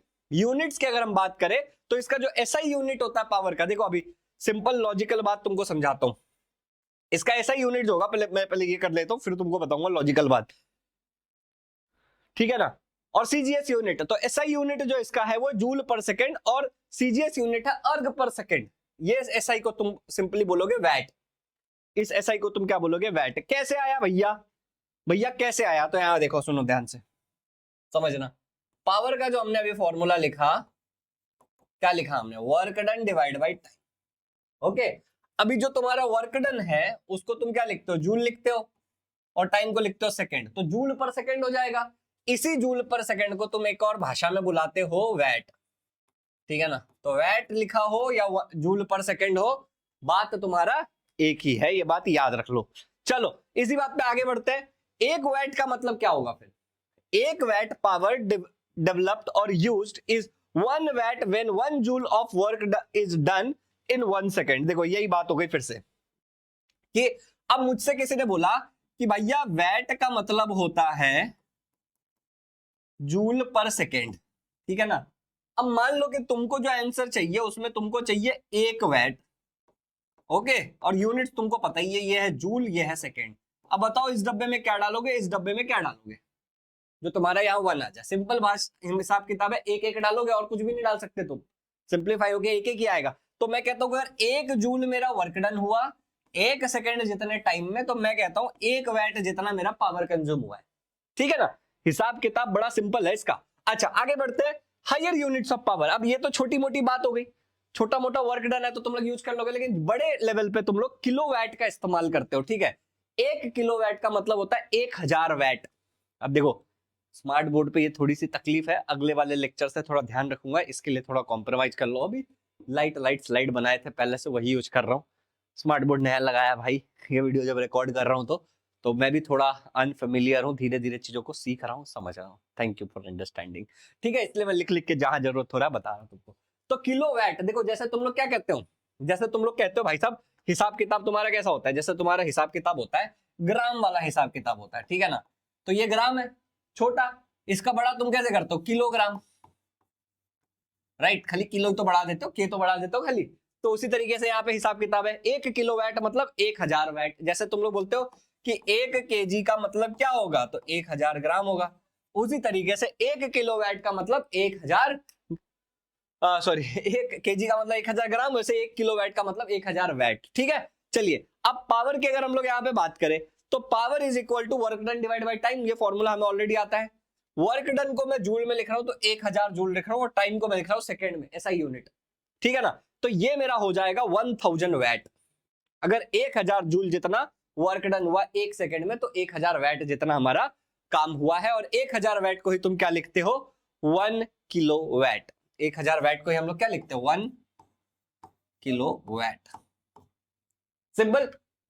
1000 ग्राम को 1 केजी लिखते हैं ना, उसी तरीके से। तो power is equal to 1 kilowatt, समझ गए। चलो आगे बढ़ते हैं इसी बात पे। 1 किलोवाट पावर मतलब 1000 जूल जितना वर्क डन हुआ है 1 सेकंड के समय में, इसको हम लोग बोलते हैं 1 किलोवाट। अच्छा आगे बढ़ते हैं थोड़ा हायर यूनिट्स में। देखो power is equal to work done divide by time. Power is equal to, अब मैं तुम्हें कहा था कि वर्क डन जो होता है तुम्हारा, जो तुम्हारा एनर्जी कंज्यूम्ड है, इसको तुम इंटरचेंज कर सकते हो। वर्क डन और एनर्जी को तुम इंटरचेंज कर सकते हो। तो मैं कहता हूं जितना मेरा वर्क डन हुआ उतना ही मेरा एनर्जी यूज होगा, सिंपल। तो वर्क डन की जगह मैंने एनर्जी यूज लिख दिया, इंटरचेंजेबल है, डिवाइड बाई टाइम। अब आगे देखो क्या हो रहा है, अब तुम टाइम को उठा के उधर लेके जाओ, इधर डिवाइड में ना, उधर जाएगा तो मल्टीप्लाई हो जाएगा। तो एनर्जी कंज्यूम्ड या फिर एनर्जी यूज का फॉर्मूला क्या है, पावर इंटू टाइम। ये भी हम लोग याद रखेंगे, energy used is equal to power into time. अब यहां पे देखो पावर था तुम्हारा किलोवाट, टाइम को तुम मान लो बड़े यूनिट्स की बात कर रहे हैं ना हम लोग, यहाँ पे हायर यूनिट्स की बात कर रहे हैं, यहाँ पे हम बड़े यूनिट्स की बात कर। तो बड़े यूनिट्स में तुम क्या ले लो, आर ले लो। तो kilowatt hour, energy used kilowatt hour. अच्छा किलोवाट आर को ही एक और शब्द है यूनिट, समझे। इसी को हम लोग यूनिट बोलते हैं, जो कि कमर्शियल यूनिट है। Okay, commercial unit is kilowatt hour. अगर तुम कोई बोर्ड देखोगे तो उस पर तुमको देखने को मिलेगा। अब 1 किलोवाट आर मतलब कितना जूल। ये देखो वर्क डन का फॉर्मूला तुम्हारा पावर इंटू टाइम। मैं सब कुछ समराइज करूंगा, टेंशन मत लो, ठीक है ना। मैं जो भी तुमको अभी समझा रहा हूं, I am going to summarise everything in front of you, लिख लिख करके। पर अभी ध्यान से सुनो, work done is equal to power into time. 1 kilowatt मतलब 1000 वैट, 1 घंटा मतलब 3600 सेकेंड। क्लियर है। अब देखो ये जो है ये जूल में तुम ऐसा यूनिट में कन्वर्ट कर रहे हो, तो मैं बोलूंगा कमर्शियल यूनिट है kWhr, ठीक है ना। तो 1 kWhr मतलब 1000 वैट 3600 सेकंड। इसको अगर मल्टीप्लाई करोगे तो 36 इंटू 10⁵ कैसे आया बताता हूं। ये हो जाएगा 36 इंटू 10⁵ वैट इंटू सेकंड का मतलब क्या होता है, देखो यहाँ पे जूल होगा सिंपली। ये भी बताऊंगा कैसे आया।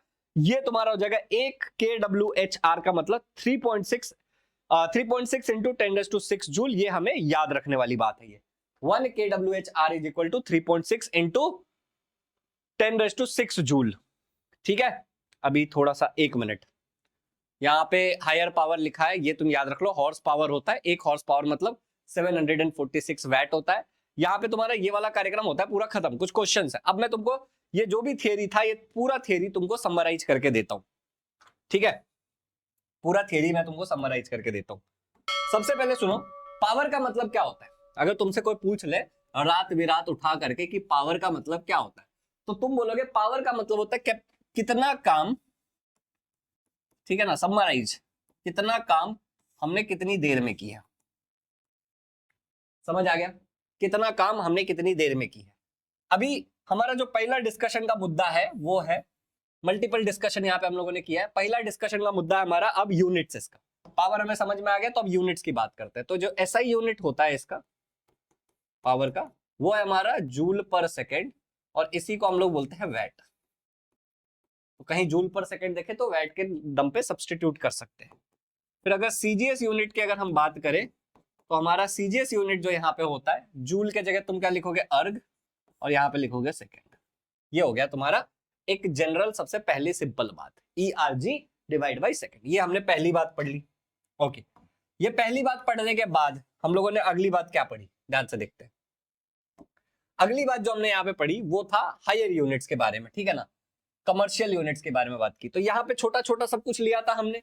हमने फिर कहा कि अगर हम बड़ा कर रहे हैं, जैसे 1 किलो का मतलब क्या होता है, 1 किलो का मतलब होता है 1000 ग्राम, होता है ना।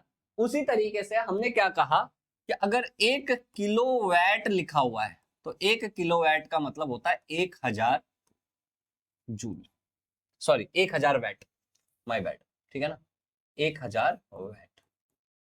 ये हमने एक बात करी। ओके, ये हमने एक बात की जो हमें याद रखना है कि 1000 वैट। दूसरा ये भी हमें जो फॉर्मूला है उसको मैं ऐसे डब्बे में डाल देता हूं, तुम ये भी फॉर्मूला याद रखोगे, work done is equal to this. अच्छा, फिर देखो हमने क्या बात की, यहां तक हो गया। फिर हमने बोला कि एक kWh को अगर थोड़ा सा तोड़ोगे तो तुम बोलोगे कि पावर तुम्हारा जो है वो 1000 जूल जितना तुमने वर्क डन किया है 1 सेकेंड जितने टाइम में, तब तुम्हारा ये आया है 1 किलो वैट वाला हिसाब किताब। तब तुम बोल रहे हो कि जो तुम्हारा पावर है वो 1000 वैट है, या फिर तुम इसको बोल रहे हो 1 किलो वैट है। ओके, पावर तुम्हारा 1000 वैट है या फिर 1 किलो वैट है। देखो ना, अगर ये 1000 के जगह तुम के लिख देते हो, खाली 1000 के जगह तुम के लिख रहे हो, 1 के मतलब 1000 ही होता है वैसे, ठीक है। तो ये तुम्हारा दूसरा हिसाब किताब था जो तुमने पढ़ा, ठीक है, दूसरा हिसाब किताब। तीसरा हिसाब किताब देखो भाई साहब, तुमने तीसरा क्या पढ़ा है हिसाब किताब में। तीसरा तुम पढ़ाई को आगे ले गए और तीसरा तुमने पढ़ा कि भैया हायर यूनिट्स की बात करो, बड़े यूनिट्स की बात करो। तो तुमने बोला कि जो मेरा पावर का फॉर्मूला है, पावर का फॉर्मूला क्या है, work done divide by time. लेकिन मैंने कहा था कि वर्क डन को और एनर्जी को हम लोग चेंज कर सकते हैं, राइट। तो मैंने एनर्जी के जगह लिख दिया एनर्जी कंज्यूम्ड, या फिर एनर्जी कंज्यूम्ड, ठीक है ना, डिवाइड बाई टाइम। तो अब यहां से एनर्जी कंज्यूम्ड का क्या फॉर्मूला बन गया हमारा, एनर्जी कंज्यूम्ड का हमारा फॉर्मूला बन गया, टी उधर चला गया, तो पावर मल्टीप्लाई बाई टाइम, ये मेरा बन गया एनर्जी कंज्यूम्ड का फॉर्मूला। अब मैं कह रहा हूं कि पावर, मान लो मेरा पावर का यूनिट क्या था, बड़ा यूनिट किलोवाट, टाइम का बड़ा यूनिट क्या है, आर। तो एनर्जी कंज्यूम्ड को मैं लिख सकता हूं किलोवाट आर। अब ये जो किलोवाट आर है, इसी को हम लोग यूनिट भी बुलाते हैं, और इस चीज को हम बोलते हैं कमर्शियल यूनिट। ओके, इसको हम लोग बोलते हैं कमर्शियल यूनिट। ये तुमको कहां देखने को मिलता है, ये तुमको देखने को मिलता है तुम्हारे इलेक्ट्रिक मीटर के ऊपर जो घर के अंदर होगा। ये भाई साहब हमारा अगला हिसाब किताब था कि यूनिट का मतलब क्या है, 1 किलोवाट आर। तीसरा जो हमारा आखिरी फाइनल हिसाब किताब था वो क्या था कि भाई साहब 1 किलो वैट आर, ओके, का मतलब कितना जूल होगा, 1 किलो वैट आर का मतलब कितना जूल होगा। अब देखो यहां पे तुमने ये फॉर्मूला कैसे निकाला था, तो तुमने बोला energy consumed is equal to power into time. Power को तुमने ले लिया मान लो 1000, ओके, यहां पे तुमने टाइम, ये क्या होगा, वैट होगा तुम्हारा, राइट, पावर हो जाएगा वैट, इनटू टाइम को तुमने ले लिया 3600 सेकेंड। कैसे आया तुमको, अब इतनी समझ तो है कि 60 मिनट, हर मिनट में 60 घंटे, सॉरी हर 60 मिनट हर मिनट में 60 सेकेंड।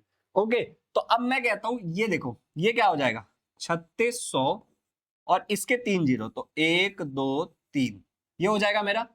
और यहां पे देखो पावर का यूनिट क्या है तुम्हारा, पावर का यूनिट है तुम्हारा जूल, पावर का यूनिट सॉरी वैट, पावर का यूनिट है तुम्हारा वैट, और टाइम का तुम्हारा है सेकेंड्स। ओके, अब तुम यहां पे बात कर रहे हो एनर्जी कंज्यूम्ड की, समझना बात को। ओके, तो ये सारा कार्यक्रम तुमको चाहिए तो तुम लिख सकते हो इफ यू वांट। तुम यहां से एक अप्रोच ये भी है, या फिर तुम डायरेक्टली एनर्जी कंज्यूम को मान सकते हो कि एनर्जी की बात हो रही है तो जूल में होगी, एक सिंपल एनालॉजी। और मैं दूसरा भी बताता हूं तुमको, दोनों बताता हूं। अब देखो ये मैंने लिखा इसको 36, मैंने काउंट किया 0 1 2 3 4 5, तो मैंने बोला 10⁵ ओके, अभी के लिए मैं यहाँ पे बस जूल लिख दे रहा हूँ।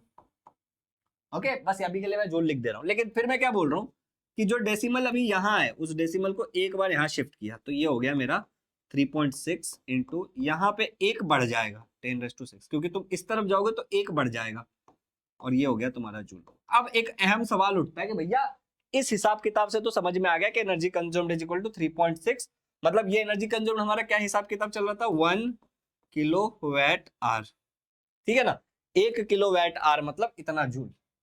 ठीक है, चलो यहां तक क्लियर है भैया। अब ये हिसाब किताब थोड़ा सा नहीं समझा कि वैट इंटू सेकेंड को आपने जूल कैसे लिख दिया, वैट इंटू सेकेंड को आपने जूल कैसे लिख दिया। तो मैं कहता हूं कि वैट तुम ऐसे ले लो, समझना, ठीक है ना, energy consumed is equal to power into time. देखना पावर का मतलब क्या होता है, तो तुम बोलोगे भैया work done divide by time, कोई दिक्कत है नहीं ना। अच्छा, work done divide by time, और ये टाइम तो टाइम टाइम उड़ा दो तो बचा क्या, वर्क डन खाली। Energy consumed is equal to work done, यही तो बोल रहा था, इनको चेंज कर सकते हो तुम। वर्क डन का यूनिट क्या होता है, जूल। एक हिसाब किताब ये है। तुम बोल भैया ये हिसाब किताब नहीं समझा, थोड़ा अलग तरीके से समझाओ। तो देखो इसका यूनिट क्या होता है, वैट, ठीक है ना, इसका क्या होता है, तुम बोलोगे भैया सेकेंड। मैं कह रहा हूं जो वैट है तुम्हारा, वैट क्या होता है इनडायरेक्टली, जूल पर सेकेंड मल्टीप्लाई बाय यहाँ पे सेकेंड, तो सेकेंड सेकेंड कट फिर भी जूल आ रहा है। अरे भैया वैट जूल पर सेकेंड कैसे होता है, देख पुत्र इधर देख, यहाँ क्या लिखा था, वैट होता है जूल पर सेकेंड, समझा। तो भाई तेरे को 2-3 हिसाब किताब बता दिया, इन सारे हिसाब किताब से यही आंसर आ रहा है। तो आराम से शांत मन से चीजों को पढ़ना चाहिए, चीजें सिंपल हो जाती है। चलिए आगे बढ़ते हैं, चैप्टर को खत्म करने के कगार पे हैं हम लोग। अब यहां ध्यान से देखो, बहुत ध्यान से देखने वाली बात, कि ये तो हमारा हो गया खत्म। हायर यूनिट हॉर्स पावर बोलते हैं हम, एक हॉर्स पावर मतलब 746 वैट होता है, ठीक है ना, एक हॉर्स पावर मतलब 746 watt. Power is dash per unit time, तुमको नीचे कमेंट में जवाब देना है। ये जो क्वेश्चन मैं बार बार आपसे पूछता हूं, इसको पूछने का मेन मकसद ये है कि तुम सीखो, तुम खुद से ट्राई करो, ठीक है ना। अब यहां देख लो भाई, सॉल्व एग्जांपल है, ये बहुत सिंपल सॉल्व एग्जांपल है, ट्राई करके देखते हैं कि Swarali takes 20 second to carry a bag weighing 20 kg to a height of 5 metre, how much power she used. Given क्या क्या हमारे पास है कि मास 20 kg का है, 20 किलो का बैग है, कितने हाइट तक लेके जाना है, 5 मीटर के हाइट तक लेके जाना है, टाइम उसको 20 सेकंड लग रहा है, एक्सेलरेशन ड्यू टू ग्रेविटी तुम मान लो कि 9.8 है, तुमको पावर पूछा है। पावर का जो फॉर्मूला है work done divide by time. अब वर्क डन को तुम एनर्जी से चेंज कर सकते हो, तुमको मैंने सिखाया था कि वर्क डन जहां भी रहेगा तुम उसको एनर्जी से बाहर भाई साहब चेंज कर सकते हो। तो ले लो, आगे बढ़ते हैं। तो वर्क डन के जगह पे मैंने लिख दिया mgh। तुम बोलोगे भैया mgh क्यों, क्वेश्चन देख के समझ में आ रहा है कि ये जो हमारा क्वेश्चन है इसमें हमें m दिया है, g दिया हुआ है, गिवन रहेगा, ठीक है, h दिया हुआ है, t दिया हुआ है, तो कैसे निकालोगे डायरेक्टली, डायरेक्टली वर्क डन तो दिया नहीं है, पावर तुमको निकालना है, वर्क डन डायरेक्टली नहीं दिया, लेकिन हमें पता है कि जितना वर्क डन होगा उतना ही एनर्जी कंज्यूम्ड होगा। और mgh देख करके हमें समझ में आना चाहिए कि पोटेंशियल एनर्जी है, क्वेश्चन पढ़ करके। तो mgh, m की वैल्यू थी 20, g की वैल्यू थी 9.8, हाइट था 5, टाइम था 20, ठीक है ना। अब जब ये सारा कैलकुलेशन करेंगे तो हमारा जो फाइनल आंसर आने वाला है दैट इज 49 वैट। तो इतना पावर हमारा लग गया, सिंपल।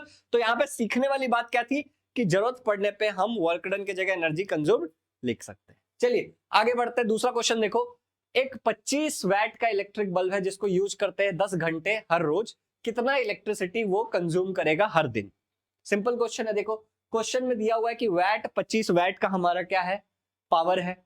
अब वैट को किलो वैट में कन्वर्ट किया, सेम जैसे ग्राम को किलोग्राम में कन्वर्ट करने के लिए 1000 से डिवाइड कर रहे थे ना, वैसे वैट को किलो वैट में कन्वर्ट करने के लिए हमने 1000 से डिवाइड किया। अच्छा, टाइम 10 घंटा है, घंटे को दिन में कन्वर्ट, देखो हाँ ये 10 घंटा है, तो आप सिंपल देखो kWh तुम्हारा h आ जाएगा। भैया यहाँ पे ऐसे क्यों किया, खाली वैट पे क्यों नहीं रखा, क्योंकि यहाँ पे 10 घंटा दिया हुआ है हमको, 10 आवर्स दिया हुआ है, ठीक है।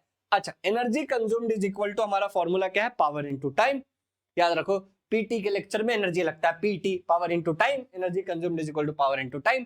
लिख दो भैया, सिंपल सा फॉर्मूला दिया तुमको, पावर था तुम्हारा 25 डिवाइड बाय 1000, टाइम था 10 घंटा, ये जीरो कट 2.5 आंसर आ जाएगा, सॉरी 0.25, 100 है ना, हाँ, तो 0.25 किलोवाट आवर, ये तुम्हारा एनर्जी कंज्यूम का आंसर आ गया। समझ रहे हो, बहुत सुंदर सुंदर सिंपल सिंपल क्वेश्चन है। देखो अब ये वाला क्वेश्चन देखो, एक इलेक्ट्रिक पंप है जो 2 किलोवाट पावर पे काम करता है। देखो ऑलरेडी तुमको किलोवाट में दिया हुआ है सब्सटेंस, ठीक चीजें। How much water will it pump lift every minute to a height of 10 metre, 10 metre पे कितना हर मिनट का हिसाब पूछ लिया यहाँ पे, राइट। तो देखो क्वेश्चन में गिवन है 2 kWh। अब इसको देखो, सिंपल है, 2K मतलब 2000 ना, 2000 वैट, ये तो एकदम सिंपल हो गया, ठीक है। हाइट दिया है 10 मीटर, टाइम दिया है 1 मिनट, 1 मिनट का मतलब 60 सेकेंड। अब देखो यहाँ पे जो है, हमें जो मीटर दिया हुआ ऐसा यूनिट है सिंपली, ठीक है ना, तो मीटर के हिसाब से हमने देखा, और यहाँ पे मिनट दिया हुआ है, आवर्स वाला हिसाब किताब यहाँ चलेगा नहीं, तो हमने यहाँ पे ये लगा दिया, ठीक है। तो क्वेश्चन में क्या हिसाब से टाइम दिया हुआ है, क्वेश्चन में क्या पूछा है, ये सारी चीजें देखनी होती है। एक्सेलरेशन ड्यू टू ग्रेविटी 9.80 होता है। फाइंड हमें करना है mass of water m, work done divide by time. तुम्हें यहां भी समझ में आ रहा होगा कि डायरेक्टली वर्क डन मुझे कहीं दिया नहीं है, तो मुझे क्या करना पड़ेगा, वर्क डन के जगह mgh लिखना पड़ेगा एज पर गिवन फॉर्मूला। पीछे भी एक क्वेश्चन सेम टाइप का किया था, वैल्यूज डाल दो, वैल्यूज डाल दो, तुम्हें m चाहिए यहाँ पे, ये वाला m ढूंढना है तुमको। तो क्या होगा, ये पावर इनटू टाइम, ये टाइम उधर जाएगा तो पावर से मल्टीप्लाई हो जाएगा, तो ये हो गया पावर इनटू टाइम, नीचे खाली gh बच जाएगा। m is equal to p की वैल्यू डाली, t की वैल्यू डाली, g की वैल्यू डाली, h की वैल्यू डाली, डालने के बाद हमारा सिंपल मारो कैलकुलेशन, ये आ गया तुम्हारा आंसर, ठीक है। अब ये क्वेश्चन तुम खुद से ट्राई करना, यहाँ पे फिर से वही हिसाब किताब है, ठीक है। बहुत सिंपल सिंपल से क्वेश्चंस थे, तुम ट्राई करना। मैं तुमको सॉल्यूशन दिखा देता हूँ, ये वाला लास्ट वाला, ये क्वेश्चन देखो, फिर से एक्सरसाइज का क्वेश्चन है। 1200 वाट पे इलेक्ट्रिक, देखो यहाँ पे एक इलेक्ट्रिक आयरन काम करता है जो डेली, अब देखो फिर से डेली 30 मिनट तक, how much total electricity it will consume in the month of April, कुछ बड़ा पूछ रहे हैं, ठीक है ना। तो यहाँ पे हमने क्या किया, 1200 वाट दिया हुआ है, अब 30 मिनट को मैं आधा घंटा मान सकता हूं, तो मैंने इसके लिए इसको किलोवाट में कन्वर्ट कर लिया, 1000 से डिवाइड करके, ठीक है। अब देखो यहाँ पे 30 मिनट का मतलब इंटू 30 डेज, तो मैं बोलूंगा ऑलमोस्ट 0.5 आवर 30 डेज तक हम यूज कर रहे हैं, आधा घंटा हर रोज यूज कर रहे हैं, ठीक है ना, महीने के 30 दिन तक, क्योंकि अप्रैल के महीने में 30 दिन होता है, तो टोटल मैंने 15 घंटा यूज किया। तुम देख रहे हो, वैट को किलोवाट में हम तब कन्वर्ट कर रहे हैं जब हमको घंटे में टाइम चाहिए, समझ में आया। और उसके बाद देखो एनर्जी कंज्यूम्ड का फॉर्मूला है पावर इनटू टाइम, यहाँ पावर की वैल्यू डाली, टाइम की वैल्यू डाली, 18 यूनिट से मिल गया, सिंपल है ना। क्वेश्चन देखो, एक kWh का कितना जूल होता है, ABCD क्या है इसका आंसर। अब मैं क्या चाहता हूं कि तुम लोगों को सारी चीजें समझ आ गई हैं, तुम्हें लग रहा है कि आसान है। थोड़ा ये लेक्चर मेरा थोड़ा गड़बड़ आ गया, मैं 100% बोलूंगा तुम लोगों को, क्योंकि मेरे लिए काफी मुश्किल हो गया दो सॉफ्टवेयर में टॉगल करना, okay. But still I tried my best कि मैं तुम्हें जितना ज्यादा समझा सकता हूँ समझा। इससे क्या, वो लेक्चर थोड़ा लंबा हो गया, समझाया तो मैंने सारी चीजें, और न्यूमेरिकल वगैरह में थोड़ा मैंने फास्ट फॉरवर्ड किया, क्योंकि जहां पे समझाने जैसा था वहां मैंने समझाया, बाकी बहुत बेसिक बेसिक सी चीजें हैं, तुम खुद से ट्राई करना, वीडियो देखने के बाद तुमको 100% जम जाएगा, ओके। बाकी हमारा ये बैच होता है विक्ट्री 4.0, विक्ट्री बैच बोलते हैं, 4.0 फोर्थ बैच है इसके लिए इसका। जब तुम एडमिशन लेने आओगे तो पता नहीं किस बैच में एडमिशन मिले, चाहे तुम इंग्लिश मीडियम से हो चाहे सेमी इंग्लिश मीडियम से हो, तुम इन दोनों में से किसी नंबर पे कॉल करके इंक्वायरी करना, और हमारे जो बैच में लेटेस्ट बैच में एडमिशन लेने के लिए एजुकेशनल काउंसलर से जो भी क्वेश्चन हो पूछ सकते हो। डिस्क्रिप्शन में तुमको एप्लीकेशन का लिंक मिल जाएगा, वेबसाइट का लिंक मिल जाएगा, वहां से तुम्हारा सब काम हो जाएगा। अब देखो एक लास्ट चीज बताता हूं तुमको, बहुत इंपॉर्टेंट बात है, ध्यान से सुनो।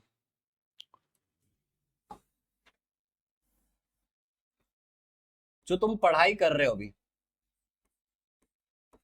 ठीक है, तो तुम्हारा पढ़ाई में कैसे करना है तुमको ये सुन लो। यहाँ पे हमारे बैच में बच्चे बहुत अच्छा रिजल्ट लाए, कैसे पढ़ाता हूँ मैं उनको, तुमको ये वीडियो देख करके अगर तुमने पूरा वीडियो देखा तो सबसे पहले कंप्लीटेड लिख दो चैट में नीचे, और अपना नाम लिख देना, ठीक है ना।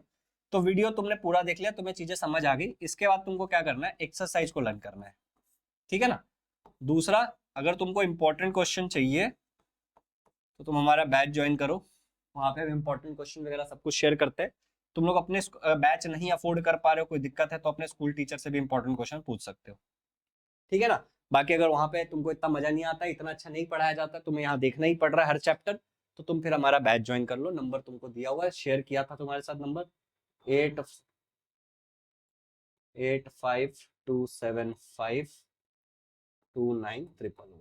बाकी डिस्क्रिप्शन में एप्लीकेशन का लिंक है, बाकी सारी चीजें। Thank you so much, have a good day, happy learning, love you all. मिलते हैं नेक्स्ट लेक्चर में।